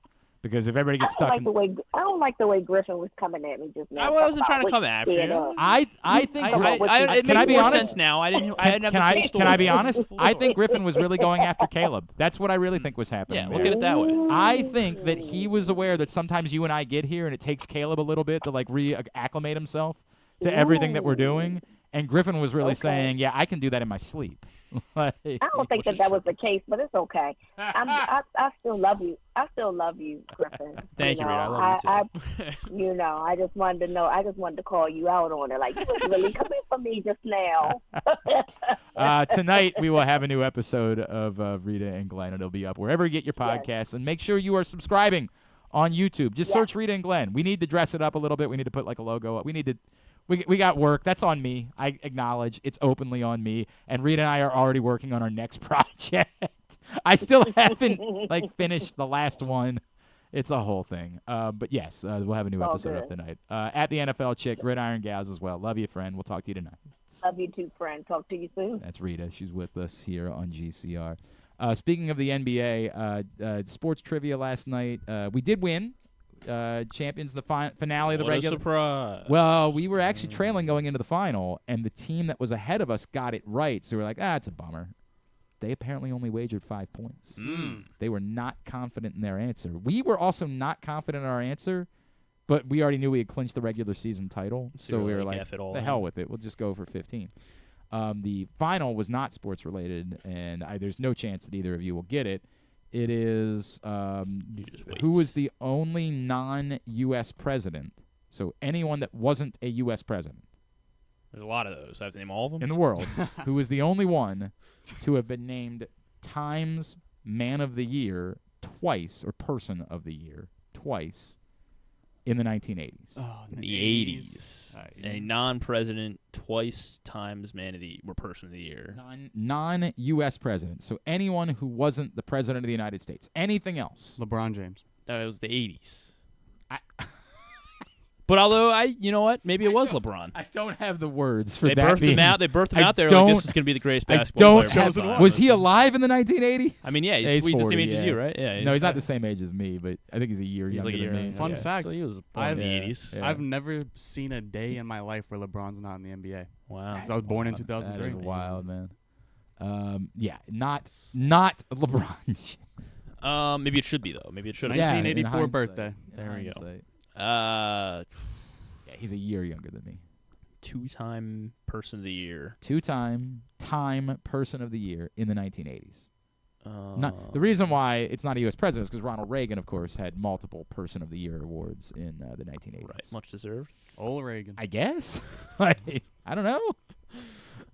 What happened in the 80s? Was it a musician? Top Gun came out in the 80s. Top Gun did come out in the 1980s. Tom Cruise could be an argument. I'm not answering that question, just for the record. It's gotta be not answering that question. What did he ask? I didn't hear. He asked, is it a musician? It's got to be a musician. Or it could be Tom Cruise. I don't know. Tom Cruise should probably win it twice per decade. Probably not Tom Cruise. So what does it take to be any guess time at all? of the year? Brian Wilson. Brian Wilson was one of the greatest human beings that's ever lived. I don't think Brian Wilson was ever Time Man of the Year. I think this is one of the problems that you have is you're not really aware of what Time's Person of the Year award is. Who was the last time person You're of the year? very narrow. Did we get that? Who the 2024 I would assume version? Whenever there's an election, it tends to end up being who won the election. So it's just someone who it accomplishes just seems something. that way. Time. What were the election years? It was like 82, 86. No, or was it 80, 84, and 88 were elections. Let's rule out last those year's, yes, Donald Trump for the second time was Time's Person of the Year last year.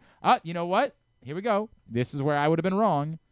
Taylor Swift has won Time's Person of the Year before. I would not. In 2023, apparently, Taylor Swift was Time's Person of the Year. That's not normally the type of person that wins Person of the Year. It was a slow year. What albums came out in 20? I'll give you the last few. 1980. I'll give you the last few. 23 was Taylor Swift. I just told you that's not normally the type of person that wins Person of the Year. Okay. Just said that. In 2022, it was Paul McCartney. It was Volodymyr Zelensky because of the war in the Ukraine. So it's more 2021, it was Elon Musk. 2020, it was split between Joe Biden and Kamala Harris because they wanted to recognize her being the first female vice president to be elected. Others that have won, some years they do it like they cop out. Like some years they do like the year of 2017 was the year of the Me Too movement, so they just called it the Silence Breakers. So like the people that spoke out in the Me Too movement. He's looking it up. I'm trying not to look. Don't look it up. What are you doing? Albert Einstein, was it in 1999? What? That can't be right. 1999 Person of the Year. Albert no, the Einstein. Person of the Year in 1999 was Jeff Bezos. I don't know what you're looking up. I don't think I'm gonna get this right. Let's go with. I don't know. Now you were never. I don't know why. I don't know why I even bothered this. You were never going to get it. Who's a politician that would be? The name that I threw out that I thought was possible was Nelson Mandela, but is that too early? It was too early. Like they were like, yeah, because I said, 90s. Why would somebody get it twice that wasn't the president? My thought was the year he got out of jail and then the year that he was elected president, like would be a pretty good guess. As it turns out, Nelson Mandela was never Time's Person of the Year. So I'm glad we didn't go with that. But the answer that was thrown out, of Jane course, Berenstain. One of the big storylines in the 1980s. Something with Germany? Is that the when the fall? wall fell? Fall. Well, not Germany, Russia. Oh. And so Mikhail Gorbachev was the correct answer. Won twice. Who was at the time. Still into my tongue. Mikhail Gorbachev. I had no idea. That was your guess. I knew that. I thought it was Nikolai Gorbachev, and he was, of course, the leader of the Communist Party of the Soviet Union, then ultimately became. So I was close. I want president Mao. I want Chinese. I want the CCP, Soviet not Union. So yes, USSR. Mikhail Gorbachev was the correct answer. We got it, and we won the night. The two sports questions were pretty easy. All right, The we'll see about first one. What NBA player averaged a triple-double this season? Jokic. Yes. I think it'd be Jokic. Nikola Jokic is the correct answer. And number two, who were the first four players to hit 20 home runs in Major League Baseball this season? Oh, aren't you glad I gave you that tidbit last week? Hint, they gave us the teams. One was a Mariner. One was a Dodger. One was a Yankee. One was a Philly. Got it, Jake? Soto? No. Also, he's on the Mets. My bad. Wrong New York. Play. So Ohtani, right, for the Dodgers. Yes. Cal Raleigh. Yeah. And then for the Mariners, and then the Yankees, Judge, and then the Phillies, Bryce Harper. Not Bryce Harper. Dang it. For the Phillies, I'm buzzing in my help. I got 3 out of 4. Yeah. You did. Like the fact that you knew Cal Raleigh actually was pretty impressive. Kyle Schwarber. Kyle Schwarber, of course, was the answer. So we did go 4 for 4 on that. All of a sudden, I don't know what my cousin's son was like. Are you sure it's not Alec Boehm? And he said it with such conviction that it like messed with me. I was He's only like, got like 5 home runs a year. I could think. it be Alec Boehm? Like, does he know something I don't? Thankfully, I did not allow it to sway me whatsoever. What if he had said? I'm trying to think. Stuck it out. What if he was like Edmundo Sosa? Maybe. I don't know why I let that. He's 18. He just graduated high school 2 weeks ago. Congratulations. And he's come and Cousin played Clark? the last 2 weeks. Nolan Clark. Oh, Nolan. And a good kid. Joining the Army. Nice. Goes with us to helping up mission regularly. Like very good kid. And I've always wondered what he would be helpful with trivia. And as it turns out, one of the questions last night was, if you listed them alphabetically, what would be the last 2 countries in Asia? And I had one of them, but we were looking in other places, and then he nailed the other one. If you listed them alphabetically, what would be the last 2 Asian countries that would be listed? I keep thinking of Y and Z countries from Africa. And not. It's not Zambia or Zimbabwe. Yeah. That question Or has come Yemen. up. We've had that question before, where it was for Africa, and Is Yemen technically Asia? No, Yemen's not Asia. Is Yemen in Asia? Glenn's quiet. I think it might be. I in never. Asia. You always want me to give you something here. I'm not going to give you anything. It's not going to happen. You make your guesses. I tell you if you're right or not. Zakistan. Oh, Zakistan. That's actually what they call Zach Merrick from All Time Low's fan base. Is the Zakistans? Zakistan. Yeah, geography is not my strong suit. I remember getting kicked out of that class a lot. Good. Mr. Treble, I'm sorry What about all that. What else did we learn was not your strong suit recently? What was the terrible? Was it a also? lot of things. Was it also geography? What was the one recently that you just botched the F out of? Where I said, I pray that Stevenson University does not see this. I didn't know what New England was. Oh, that's right. Yeah, Wait, where is New England? Geography. Right. That's What do you got? fine. I guess I'll go. I'm pretty sure Yemen's on the coast of. No, it's on like the other side of the Red Sea. I'll go with Yemen. Will be one of my answers, and just because I can't think of anything else. Yemen is, of course, correct, and All that right. was the one that I got last night immediately. I got Yemen. So is there an Asian country that starts with a Z? You know what? Just to move this along, no. Okay. Because we got to watch. Now we got to watch a Z-Y. documentary before the show tonight. What comes before Y? X. X. Jesus Christ. Oh God. You never had to say the alphabet backwards a couple times? Yeah, right. Yeah. You never been pulled over after. No, I haven't. Come on. Like, there's gonna be it's gonna be dumb. The one I forget probably. In fairness, it's a pretty obvious one, and it required the 18-year-old at the table to be the one that got it for us. I will tell you what it's not, because we were dancing around Turkmenistan at first. Yeah, that's why I was like, is it Not Turkmenistan. Tajikistan? Not Turkey. That's actually in Europe. And it wouldn't be right anyway. Tajikistan's in Asia. It's not Uzbekistan. Ah, that's a good one. It's not the United Arab Emirates. Vietnam. Bam! Nice. Bam! Mr. Geography over here. Vietnam is, of course, the correct answer. Pretty obvious one. One we're certainly Yeah. all aware of, and yet it required the 18-year-old at the table to be the voice of reason in that moment and to get us there. So appreciate you, young Nolan. Appreciate you getting the job done. We'll come back in. Call him Yo-No. The Young Nolan. final. I can't believe it's the final Music Monday. We might have to see if we can continue it somehow. I'll call in. Okay, we can Zoom look in. into You'll that. zoom Zoom in. Yeah. I'm not opposed to it. Music Monday on the other side. It's Glenn Clark Radio. Feeling sluggish, unfocused, or not like yourself? It could be low testosterone. At Game Day Men's Health, we specialize in testosterone replacement therapy to help men boost energy, improve mood, and regain confidence. Our treatments, including testosterone cypionate, are safe, natural, and tailored to fit your lifestyle with weekly injections or pellet therapy. Get started today with a free testosterone test and feel the difference. GameDayMen'sHealth.com. Game Day Men's Health, where men reclaim their game. What makes the Costas Inn so special? This is Stan the Fan telling you that it's the people that work for you, cooking and serving. But that menu is also special with a capital S. Soups, salads, the raw bar, pasta dishes, seafood specialties, and entrees like the Costas Combo, steaks, chops, ribs, amazingly delicious meatloaf, and all manner of delicious filling sandwiches including pit beef and turkey and subs. Of course, the steamed crabs are as good as you can get anywhere, and they serve them 12 months a year. The crab cakes are out of this world. Costas is open 7 7 days a week for lunch and dinner at 4100 North Point Boulevard. And coming soon, very soon, Costas in Timonium at the OTB Parlor at Timonium Racecourse. We'll get you the opening date real soon.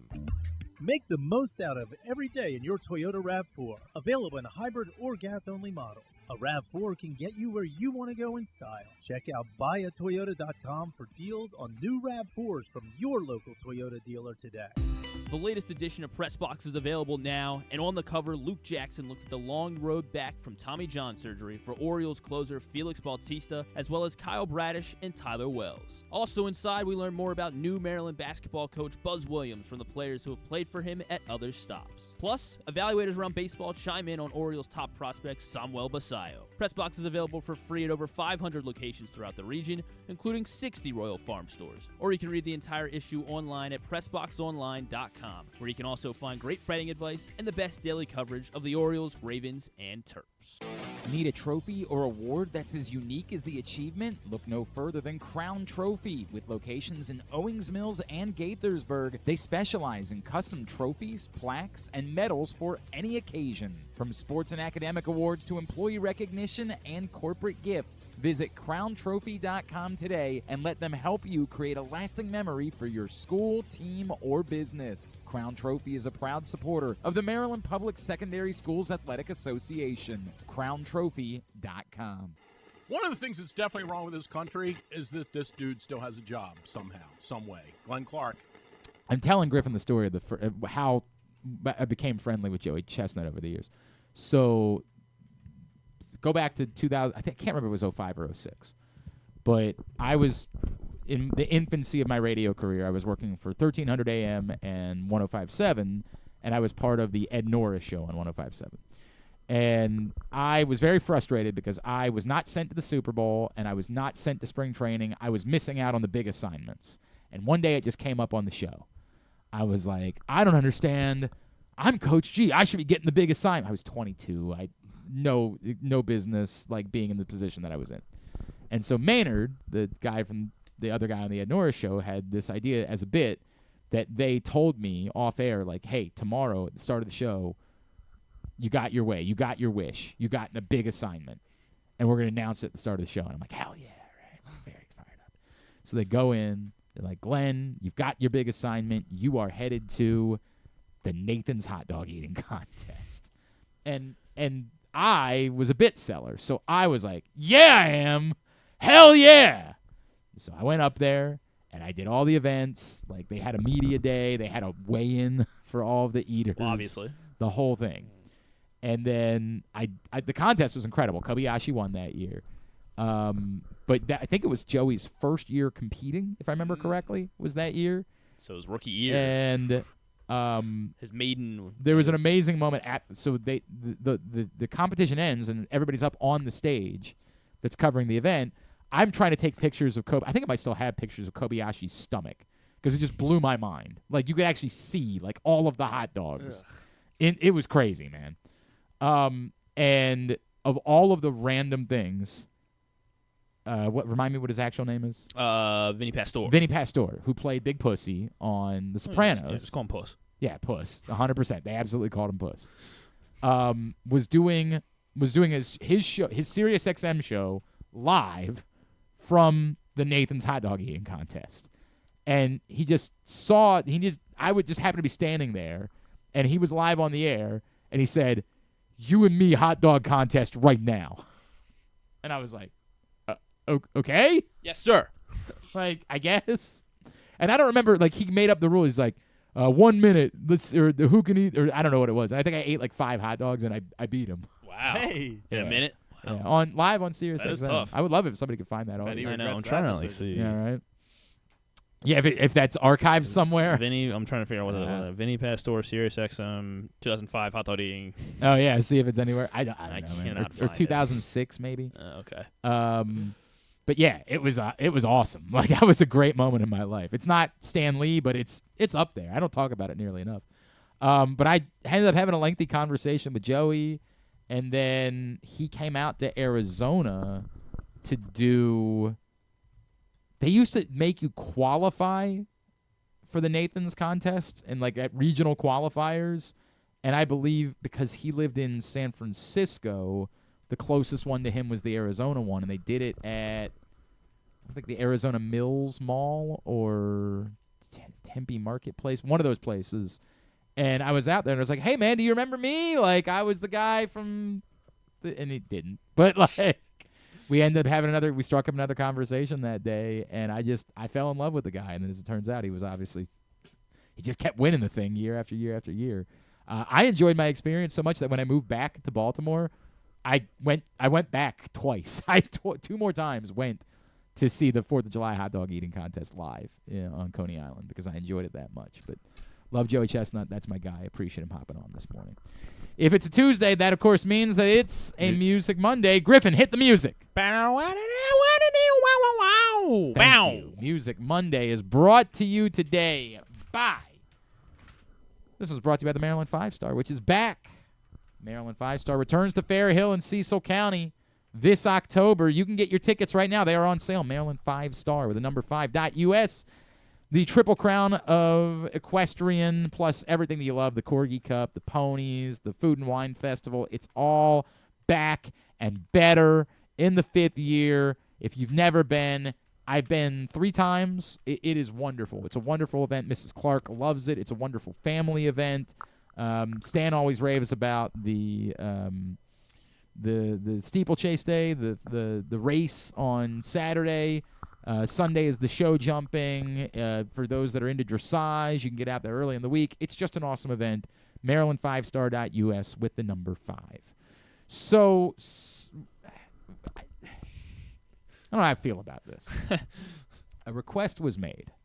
I didn't follow up on that request. Oh, okay. So we're just doing a traditional one? We're just doing the traditional All right, fair enough. But on the... I told you to be prepared for both. On the article, I can type up some life-changing songs. Yeah, Jake had suggested yesterday, he's like, how about instead of doing the regular segment, I just do like my all-time favorite songs? And I was like, that's kind of not the point of the segment. I would say pivotal, as in like I heard Pivotal. this. I heard this Word song. of the week. We're using that Word of the week. I heard this song, and then it would completely like I'd be like, you know what, like I'm going down the rabbit hole. What? Okay, just for example, what would be those songs? We're not gonna. Number 1 would be "Nike's on My Feet" by Mac Miller. I heard that song, and like it completely changed my trajectory of music. Interesting. I've never look. The people that are obsessed with the people that love Mac Miller love Mac Miller. I was never in that group. I remember like hearing his Tiny Desk concert for the first time and being like, maybe I haven't given Mac Miller enough credit. No, you definitely haven't. Who put you onto that Tiny Desk? I think my buddy AJ did. AJ Francis. But like his Tiny Desk is considered to be one of the better Tiny Desks of all time. Mm-hmm. Somebody asked me recently what my top Tiny Desks were, and I was like, God, that's impossible. I think Maxwell's last year might have like taken it was so good, but it's an impossible answer. Like the Tiny Desk series is just phenomenal. Okay, I keep going. Give me through a couple more. I'd probably say Free Bird, Leonard Skinner. Life-changing? I can't give Just you life-changing. I can't give you life-changing, but like I can't deny its place in the cultural zeitgeist. Like whenever you hear Freebird, you're gonna bang out, like rock your head to the guitar solo. Like it's going to happen. What 30 seconds of that would you have picked to play? Yeah, right. The intro. See, that's where I disagree. You hit the guitar solo, and that's all anyone needs in Freebird. But everyone knows the. But you got to guitar earn it. solo. Yeah, that's But everybody knows build everything up. about Freebird, dog. True. There's no part of Freebird that people were like, "What is that song?" Yeah. You got one more? That would Off be the on the top list. of my head now. Okay. Well then. Okay. So it's just There's back only to 2 regular songs. Music Monday. So Desert Island, you only got 2 songs. Yeah, those are the ones. Those are the ones. Nike's on My Feet and Freebird. That's what he's got. All right. So here we go. 3 songs. These are new songs. These are songs that the young Utes are listening to. The Utes, yes. And I am to understand that we're gonna go out with a bang, right? Like if this is the last one, this is the best one, right?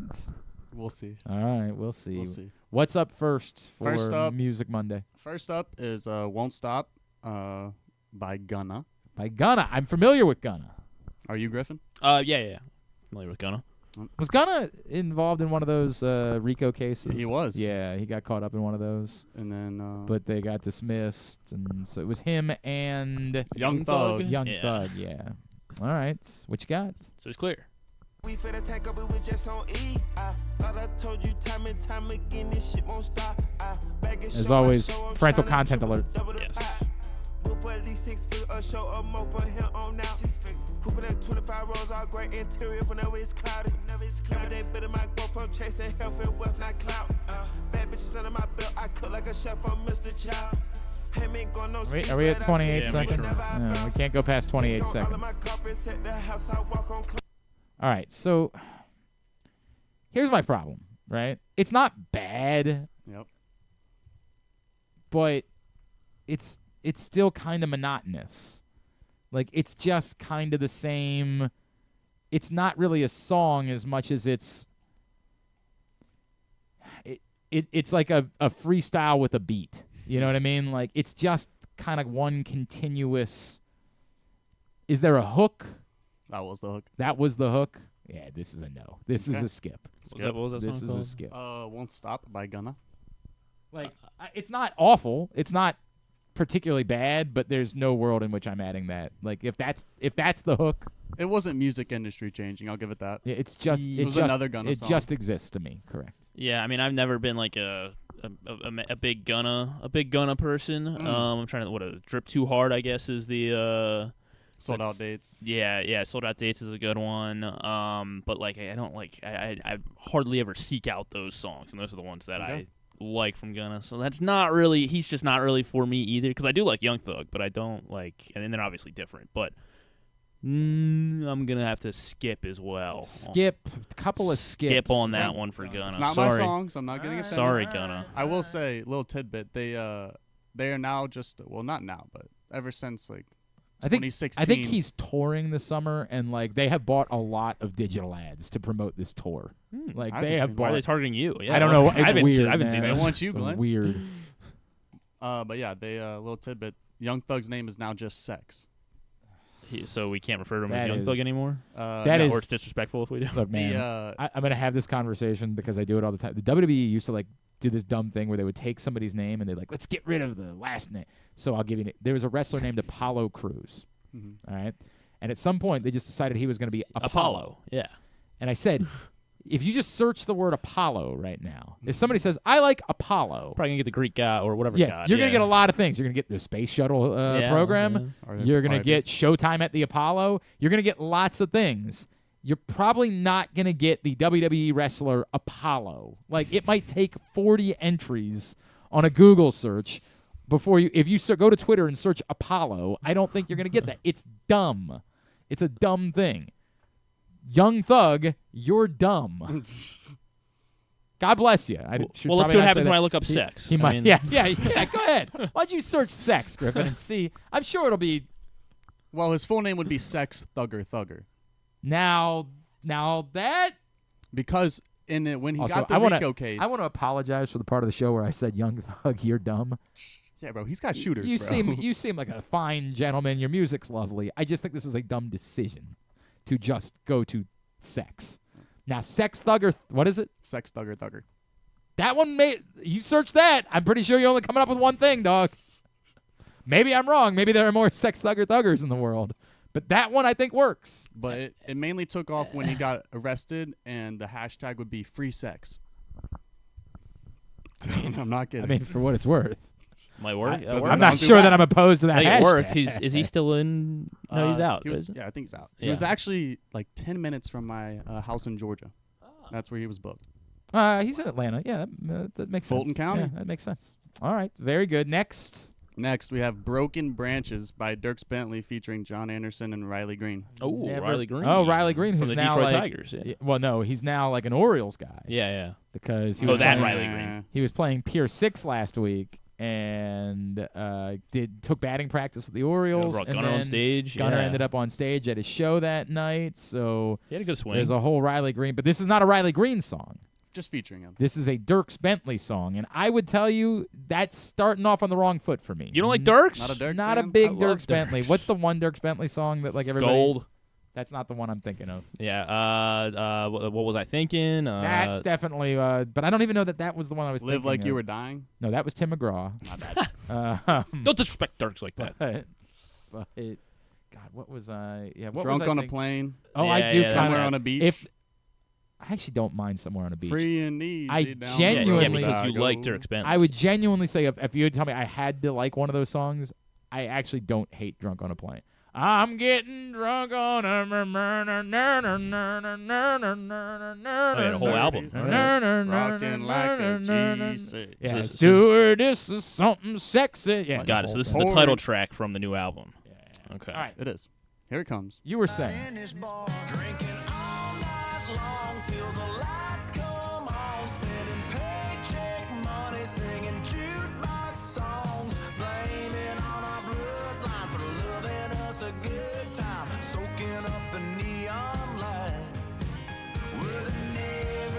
Hanging out in the breeze, a bunch of broken branches off the family tree. Clever. See what he did there? Well, once we get like a minute of time passes, can we get Riley Green's part maybe, and we'll see if that see if that helps. I'm out in a at weird all. place with this one. His isn't much better. I'm in a, I hate to see. You say it's not much better as pop country goes. Yeah. I don't think that's bad pop country. No, I meant Riley Green's part in the song. But you said it wasn't better, which suggested that you think this is bad. That was the chorus. Right. But when you say it that way, what you're saying is this is bad. It doesn't get better with Riley Green. I don't know how bad that is in context of other pop. It was catchy. Like again, the context is I'm not a pop country guy in general, but I like anything else, like pop music in general. If I hear something and it's catchy and I can find myself. The Drunk on a Plane song is stupid. It's a stupid song, but if it came on, I'd find myself singing along to it. Now I'm glad we changed from. I don't like if this was bad and add. There's no world where I'm going to add this to my playlist. It's never going to happen. Okay. But in the contest of skip or hip, Say it. I mean, yeah, I don't think I'm skipping, right? Like, I don't know that it. It's it. I don't know that. I hate that I have to call it hip, but I'm like in the context of is it an immediate skip? Is it an immediate? I might give it this one. I don't think it's a very good song, but I think it's dumb catchy, and I'm going to give it credit for that, and I will give it a hip. I know. I don't think I can skip it either. It feels like that song should have some potential in there. We obviously just got a 30 second snippet there. It's hard. It's hard picking out 20 seconds. Yeah. I don't think I can skip it. Like skip seems too harsh for it. So we actually had have to default to hip on as Saturday well. morning in our house. We had a country music thing where I said everybody in the house can pick a country song and we're going to put it on. And my wife and I, of course, we were going with like old school country songs. Like she had a barbecue stain on her white T-shirt. That song's a jam, right? And like we were going back a little ways. It's Tim McGraw. Tim McGraw. Yeah. Something like that, by the way, is the name of the song. So we were going back a little ways. And then my younger son wanted to get into the mix, and he was like, Jelly Roll. And I said, Yeah, get out. Attaboy. Shabuzi? Get out. If he would have picked Shabuzi, I should. Shabuzi's not bad. I don't mind that song. That song's pretty good. But he picked that, and they picked some awful Blake Shelton song that I had never heard before in my life. Oh, it was the one we played earlier already on this segment, didn't we? I don't. Or was that the test segment? It was That might be something. the It test was something segment. about Texas. It was something. It was terrible. It was not terrible. It was awful. There's been Just far awful. worse. Dallas specifically? No, it was something Texas. Okay. Or maybe I don't The song that your son picked, or yeah, the song? and maybe there's two different songs. Maybe there was one song that was about to, and then another Blake Shelton song. Maybe I'm jamming them all together. I'm saying the song he picked bad songs, bad songs, and I said he is no longer allowed to be a part of our. So you game. gave him the old skip. I said, son. Who's John Anderson? I didn't know who that was. John either. Anderson? Isn't he the host of Sports Center from Los Angeles? So he's now doing Isn't country that- music. Yeah, that's Didn't he do Wipeout for a little while? I Isn't love that the one John Wipeout. Anderson? I love the one Wipeout. It's the same. This is a different John Anderson. That doesn't look like. I mean, he's got John Anderson. Yeah. Maybe. All right. And lastly, If I Called You by Kendra Morris. who is this country as well? No, this would be pop. Pop. He's gonna be like, this is a better Kenj than Kendrick Lamar. Yeah, if you he's had to rank looking his for Kenjas. Kendra Morris. Do we know anything about Kendra? Where she comes from, what her background is? Does she have an She's army relatively new. She's got a bunch of tattoos that I can see. All right, I'm listening. What we know about her. Kendra Morris. She kind of has like a Chapel Roan vibe going on without like the face paint. Like, she's got big glasses. She's kind of got that like I want to look like every girl, not like a. She's not like the Tate McRae, like the turbo hot Chapel Roan. pop How do you see star. Chapel Roan in this? I'm saying that like she's got like a little bit different. Like she's got a look. Yes, it's Sure, not. I guess. You know the difference between like the traditionally like the oversexed pop stars, the Tate McRae. Like the package is I am super hot. Like and I you mean music. super talented? I'm not saying Tate McRae isn't also talented. I'm just saying the way she's packaged is to project her attractiveness. She wears That's facts. very little and is in very good shape and is a very attractive person. Chapel Roan is not projected or presented in the same manner. She's presented in more of like she's just packaged in a different way, and that's what it looks like Kendra Morris might be. But go ahead. Kendra Morris, if I called you. Never really know what I'd say if I met you. I just pretend we'd be lovers. Would you be mine if I called you all the time? Oh, I like this. Would you be mine if I called you all the time? When the sunlight I like this. This is very Maggie Rogers. Apparently, Kendra Morris is 44 years old, so I'm not sure like how. I couldn't tell. She looks great. How poppy she is. Apparently, she was in an episode of Larry of Curb Curb Your Enthusiasm? or she was mentioned in an episode, one of the newer episodes. Okay. So she's gaining traction. I like this. Yes. This sounds again to me like a Maggie Rogers type of song. I could use a little more like bold, like it's still a little like The second melodic. hook you would really like. Well, why didn't you share that one? Why did we only get that part, not the Because second? She's only got part? 20,000 Instagram followers. Yeah. You couldn't really hear the How is this beat in it, possible? and I wanted you to give you like the whole thing. This is not just a hip. This is an ad. This is wonderful. Where has this girl been? I love this song. Sweet. I am all in. I'm adding it to my. I keep a running playlist during the year of songs that I think could make my top 20 list at the end of the year, and I just added it to that playlist. It's on my 2025 playlist, which right now 2025 watch list. It's playlist. almost impossible for anybody to top Barty Strange. But by the way, how's that going? Tough. I don't love that. Yeah. I don't love that. But that is a great song. That is outstanding. That's an easy hip for me. Yes. Griffin? Yeah, I mean, again, it's like I don't think I'm as going to be effusive over it as Glenn is. But yeah, that's definitely I can't from what we've got there. I definitely can't go skip. So yeah, I'll say hip. Very good. I'll say hip to Kendra Morris. Very good. Very, very good. You got some quick news stories that you're going to share with us? I only have one. Not much happened in the week of news. Well, music I mean, news. in the week, Brian Wilson passed away. So that's you know, true. like to be That's fair. True. We went over that. Lord. So a new news story. Last night on Jimmy Kimmel, Wiz Khalifa admits that he smokes 30 joints a day. That's news? That's all I could find.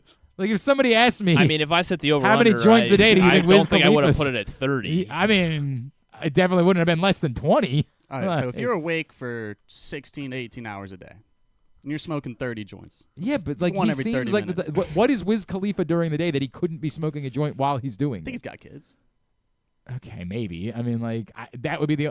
I'm like, there doesn't seem like the type of person that's like, oh, I've got to go to a PTA meeting today, like, or I've got to go down to the bank and do. Like, he just seems like the type of person who's probably making music or like skateboarding or something like that. That he could absolutely be smoking a joint while he did it. Like He admitted that it's mainly when he goes in the studio. Well, yeah, but I mean, there's sure. weed Lives in being the studio. smoked all the time. Wow. I mean, Good for that- him. I don't think that qualifies as news. Good for him. I think that. Man, I'm gonna give you a skip on that one. Nothing in the about news that story. qualifies as news. I got to try to grow up and be Wiz Khalifa, I yeah, guess. right. It's accomplished enough that you can just. Back in Glenn's heyday. It was never 30. I would never go that far. Never. Close, though, never, close, though. Never reach Close. that number. But good for Wiz. Good for him. Although he likes the Steelers, so F him. Yeah, that is true. All right. That is... he was performing at the one Steelers game that I went to, and it was pretty sick because I like Wiz Khalifa.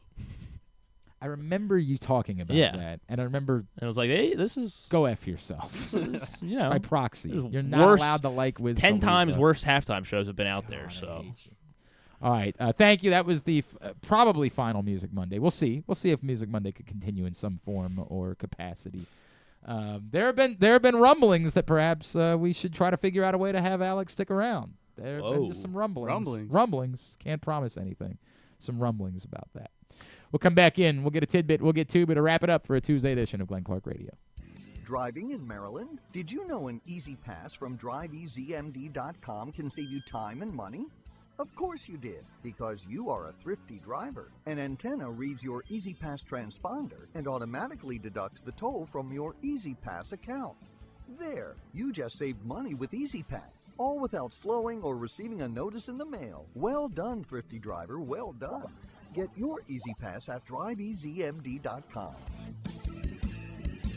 Baltimore's Classic 5 golf courses make golf fun and affordable. All 5 local courses, Pine Ridge, Mount Pleasant, Forest Park, Carroll Park, and Clifton Park, are challenging and fun for players of all skill levels. Book your tee time today at classic5golf.com.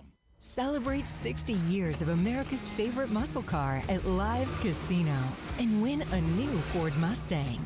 Earn entries daily and enjoy revved-up specials across our restaurants and bars all June. Cruise in Saturday, June 28th, and be one of 25 players to win cool trips, hot prizes, or a new Ford Mustang. Hit the gas at Live Casino at Owings Mills. Must be 21. Please play responsibly. For help, visit mdgamblinghelp.org or call 1-800-GAMBLER. Gambling can be a fun and entertaining experience, but there are risks involved. If you're planning on betting on the game at the casino or on your phone or computer, know your limit, stay within it. Set a budget and a time to stop. Remember, gambling isn't a financial solution, and it doesn't mix well with alcohol or drugs. Know the risks and have a plan before you begin gambling. For free and confidential services, call 1-800-GAMBLER 24/7 or go to helpmygamblingproblem.org.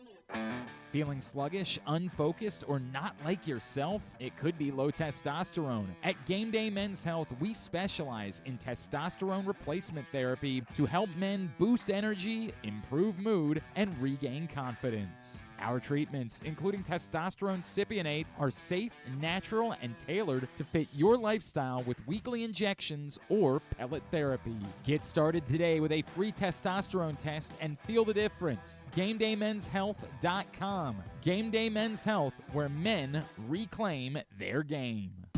The latest edition of Press Box is available now, and on the cover, Luke Jackson looks at the long road back from Tommy John surgery for Orioles closer Felix Bautista, as well as Kyle Bradish and Tyler Wells. Also inside, we learn more about new Maryland basketball coach Buzz Williams from the players who have played for him at other stops. Plus, evaluators around baseball chime in on Orioles top prospect Samuel Basayo. Press Box is available for free at over 500 locations throughout the region, including 60 Royal Farm stores. Or you can read the entire issue online at PressBoxOnline.com.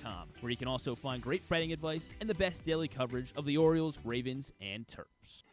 Contrary to what some people believe, I actually like this guy when he sleeps. Glenn Clark, talking sports. All right, back in here on GCR as we are winding down for a Tuesday edition of the program. Don't forget, all summer long, County Sports Zone's got you covered. Anything related to high school sports news, previews for the fall, they've got you. If you missed anything from championship season, you can find it countysports.zone, proudly sponsored by your local Toyota dealer and buyatoyota.com.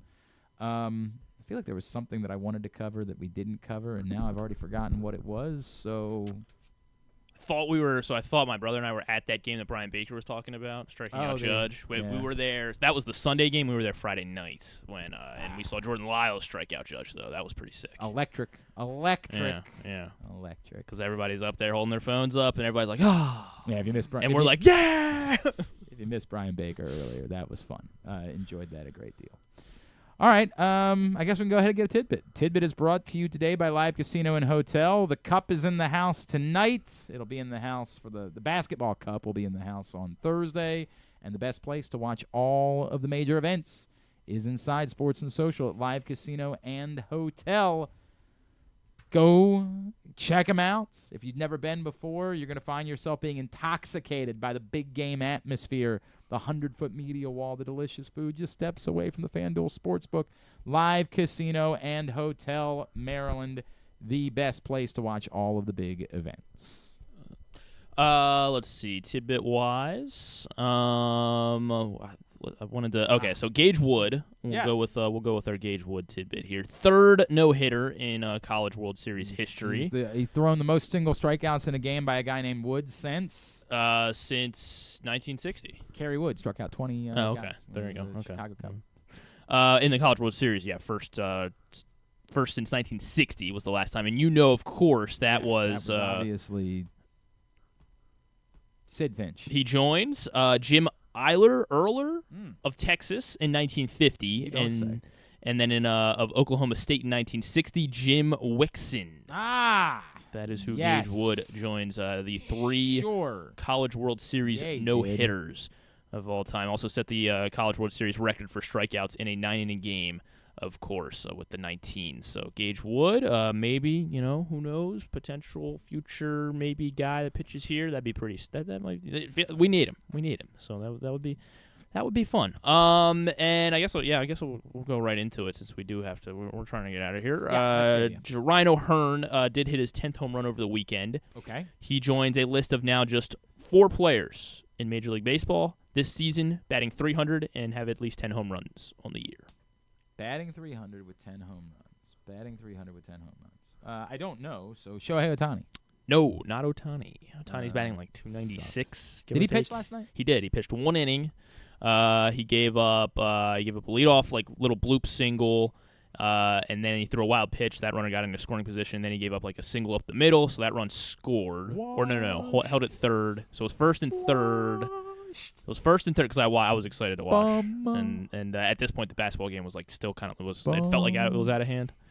So it was first and third. Then he gave up a sac fly, so the run scored, and then he got a couple of groundouts. But he was touching. He touched 100 once. He threw 99 once. He threw 30 pitches though, so that was a lot. But that was the 1 inning that Ohtani threw. And he's on my fantasy team, so I was doing a lot of scouting. Obviously, you better double check your math here. I just searched Shohei Ohtani on Google, and his stats say he's hitting exactly 300. Oh, is he? What did he? 25 home runs. Okay, well then he gets added to the list. I saw this tweet before last night. So someone's an asshole. I'm not an asshole. Don't listen to him. Someone's an asshole. No. Pete Crow Armstrong. No, not Pete Crow. How about Aaron Judge? Aaron Judge, of course, is on this list. Although he's been slumping a little bit, but he's still batting .370 or something. Yeah, all right. Ohtani is now on this list. All right, so 5 players. Ohtani, Judge, 3 others. O'Hearn, so 2 others.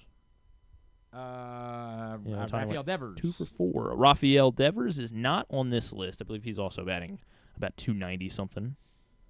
But I'll go ahead and triple check it for you since I may not have updated stats since last night. Oh, he didn't play. I was like the Red Sox played last night, so maybe it did go up. No, he's not a Red Sox anymore. Yeah, so no, true. he's not. He's not on the list. James Wood, he's off to a good start. He is off to a good start, but not James Wood. I want to say he's batting 280 something, give or take. How about Devers is batting 272. How about Spencer Torkelson? No, Spencer Torkelson's batting 230. Okay. I thought he was having a good season. He is having a good season. He's hit 16 or 17 home runs. I think he's I don't know, an RBI or 2 short of 50. Maybe you should start directing me on this one. How about Fernando Tatis? Not Fernando Tatis. Who's hitting 300 in baseball? Does nobody hit 300 anymore? Is that not with power. God. Only 5 guys are this season. About Alex Bregman? Not Alex Bregman, but he was close because I feel he got hurt though in the beginning of May. I think he had 9 home runs, and he's batting 298 maybe, something like that. Matt Chapman? Not Matt Chapman. I'm just naming names. Juan Soto? Not Juan Soto. I think you need to start guiding me somehow. How about, is it Gavin Sheets? Not Gavin Sheets. That is a good guess. Cool. That'd be cool. Teammate of Gavin Sheets and Fernando Tatis. Teammate of Gavin Sheets. I don't think it's Manny Machado. It is, in fact, Manny Machado. He's Really? having a fantastic year with the San Diego Padres. Gavin Sheets is batting 267. It's pretty good for Gavin Sheets. Man. Yeah, he is. Manny is having one of his best, like literally one of the best years of his 316. He's got 11 home runs right now, driven in 45 runs. He's got 8 stolen bases on the year. Like, Manny's doing it all. Good for Manny. Manny is on the list. Guy that plays the same position as Manny fills the last hole here. Third baseman. It's not Alec Boehm. It is not Alec Boehm. He does not have the 10 home. He is batting pretty. He's batting like 280 something. But Is he? He's got like 5 home Good runs. for Alec Boehm. Austin Riley. Not Austin Riley. No one on the Braves is having a particularly great season. Boehm's up to 285. He does have 7 home runs. All right, so it's shorten him a couple. Show some respect. But he didn't hit his first until like May 1st or something, so he had a slow start.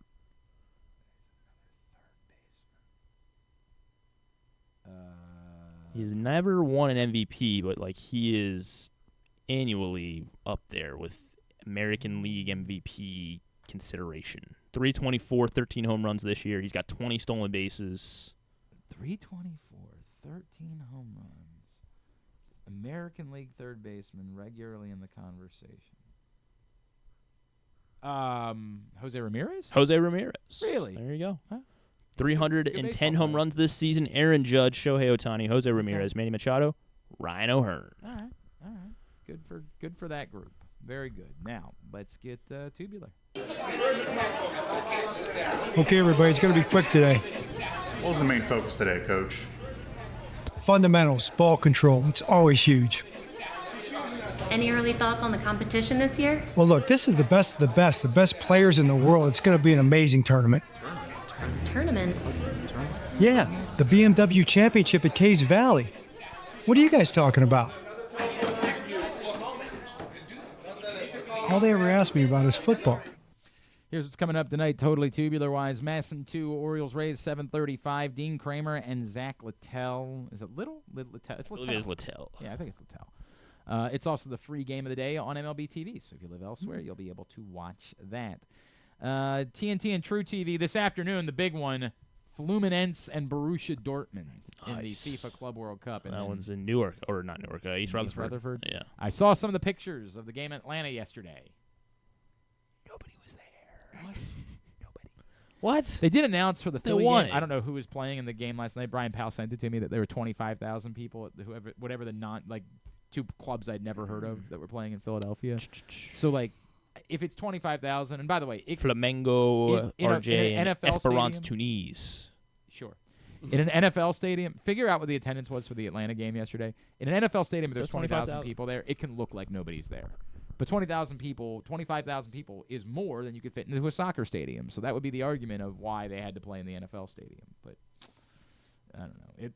The picture that I saw for the Atlanta game, which was like the 3 o'clock game, I want to say yesterday, that looked like nobody was there. And that was like LAFC. That was Chelsea, LAFC. That was one of the more... It says 22,000 in a 71,000 capacity. Yeah, look up the pictures of that. It was... You know what, the link... I mean, they had everybody in the lower section, so yeah, the link looked packed out. Stanley Cup Final, of course, is the big thing tonight. Oilers-Panthers, Game 6, 8 o'clock on TNT and True TV. Masson for Rockies Nationals at 6:45. MLB Network for Mets Braves at 7:15. TBS has Padres Dodgers at 10:10. College World Series, I don't know what happened. We were watching. I think Jake ended up hitting like start from beginning by accident. Way to go, so Jake. So the game started from the Way start. to go. What? And then asshole. And then, but also then I think ESPN just kind of isn't the best sometimes. So then it's just like lagged out. We were watching UCLA and LSU coming up this afternoon. Oregon State and Louisville, and then the winner of UCLA LSU plays Arkansas. That is a tough tonight day. at 7 o'clock. So yeah, it's gonna be a tough combo. Monumental Sky Mystics 8 o'clock. NBA TV Sun Fever at 7. Storm Sparks at 10. Gold Cup tonight on FS1, Curacao and El Salvador at 8:15, Canada and Honduras at 10:30, and on DAZN, FIFA Club World Cup, River Plate and Urawa Red Diamonds at 3 o'clock. Ooh, the Red Diamonds. Olsen Hyundai and Mamelodi Sundowns at 6 o'clock. Monterrey Inter Milan at 9. Yeah, that's That's what they're doing, playing in football stadiums. And CW tonight for WWE, NXT tonight at 8. Non-sports. Io Adibiri and Science Bob will be on Jimmy Kimmel. They're plugging the FIFA Club World Cup. Oh, cool. Good for them. Very Good for excited them. about They definitely need it. On a HBO documentary tonight called Surviving Ohio State. So this is about the wrestling scandal with Jim Jordan. Right? No, this is different than that. This is the story of the male victims of Dr. Richard Strauss, the sports medicine physician. Yeah, but serial sex abuser. I'm pretty sure this was the wrestling. This includes the whole athletic department. Yeah. Okay. I'm pretty sure this was the wrestling team. But yeah, I'd never heard of this story. But I'll double check. Richard Strauss, but yeah, he was their sports medicine physician from 1978 to 1998. So documentary on HBO tonight. The Trainwreck series continues on Netflix. So that was the Astro World a few weeks ago. Today, it is the Mayor of Mayhem. Apparently, the Toronto mayor got caught oh my God! You don't remember this guy? No. Oh, this he was guy smoking crack was... on someone caught him smoking crack on yes. camera. And then he openly talked about how he was performing oral sex on his wife. This guy was. Sounds like he's just doing things that it's a Tuesday, dude. God, man, Rob Ford was his name. This guy was I don't know if you were Rob old enough to Ford. remember the Summer of Charlie Sheen, where everything that Charlie Sheen did, we were obsessed with as a country. This was 2010. Yeah, I didn't know. In 2010, there was a wasn't Summer conscious of at Rob this time. Ford that was just every time the guy breathed, it was a international news story. Well, there you go. This guy was Netflix. unreal. Yeah, that's really it. Uma Thurman and Lee Byung-hun on Jimmy Fallon. Sure. They're promoting a Fantastic Four, of course. Oh, okay, Yeah, cool. exactly Good for them. I have no idea what Uma Thurman's plugging. Lee Probably a Byung-hun Quentin Tarantino movie, if I had to guess. is the guy from Squid Game. So okay. That's Alright. coming soon. Oh, we're still doing that? Yeah. Some people are excited. I heard. Yeah, that was one to tap out on after a little while. Thanks today to Bryan Baker from the Baltimore Orioles. Thanks to Joey Chestnut, our greatest American champion. And thanks also to Reeta. We'll get all that up in the greatest hit section of the Galveston tab at Glenn Clark Radio. That dirty water. They ain't going to no beach. They going to Galveston. There you go. I pop every time. I pop every time. My God, my wife said the funniest thing she's ever said in her life this weekend. Congratulations. We were making I was making this the honey Old Bay chicken dip, and I realized as I looked at it, I'm like, I think we should double, right? Like the rest, because we had my family coming over, and I had invented this recipe with some help. I was running it by AI. I'm like, hey, what do you think about this? What do you think? And so I came up with a recipe card in the end. Afterwards, after we came up, the AI was like, would you like me to print the recipe card for you? I'm like, yes, AI, thank you. There was Allen Iverson right there. He and Andre Iguodala. It was actually both of them. They were alternating. Which Very nice. I want Iguodala. So I'm starting the process, and I'm like, I think we need to double this. And my wife said, we don't have enough to double it. And I said, what do we not have enough of? And I swear to God, deadpan. The whole room, because I'm yelling. I'm like, what do we not have enough of? The kids go silent. She's like, patience. There you go. And I popped, man. I popped. I said, it's objectively hilarious. You nailed that. Well done, sweetheart. Nice job. I've had to carry the burden of doing all the shtick in my house. Of course. The entirety of our relationship. It was nice for her to step Massive up to the burden. plate a little bit. It's a heavy weight on a man's shoulders. Man, meant the world. Tomorrow on the program, Alex Freeman, right? Yes, Joining Alex us? Freeman will join Alex us, Freeman, yes. who, of course, is a Baltimore native, plays for Orlando City in MLS, but is playing with the U.S. men's national team. Correct. In the Gold Cup. Started and I think played every Yeah, he minute played the entire game on Sunday. Their win over Trinidad and Tobago. He happens to be the son of one of the greatest athletes in Baltimore history, Antonio Freeman. So we will look forward. I've never chatted with Alex Freeman. I'm looking forward to meeting him. And then Drew? Yeah, Drew will be here. Well, you can't win them all. So we'll do that tomorrow.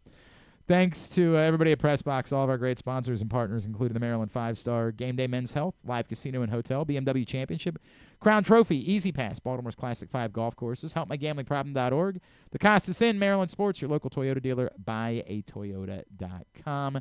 Thanks to Griffin at Griffin_Bass. Thanks to Alex. Follow him at AlexWilson_. Follow us, Twitter, Instagram, and TikTok at Glenn Clark Radio. Have a great Tuesday evening. We'll see you for Reeta and Glenn later on. Go Birds. Duke sucks.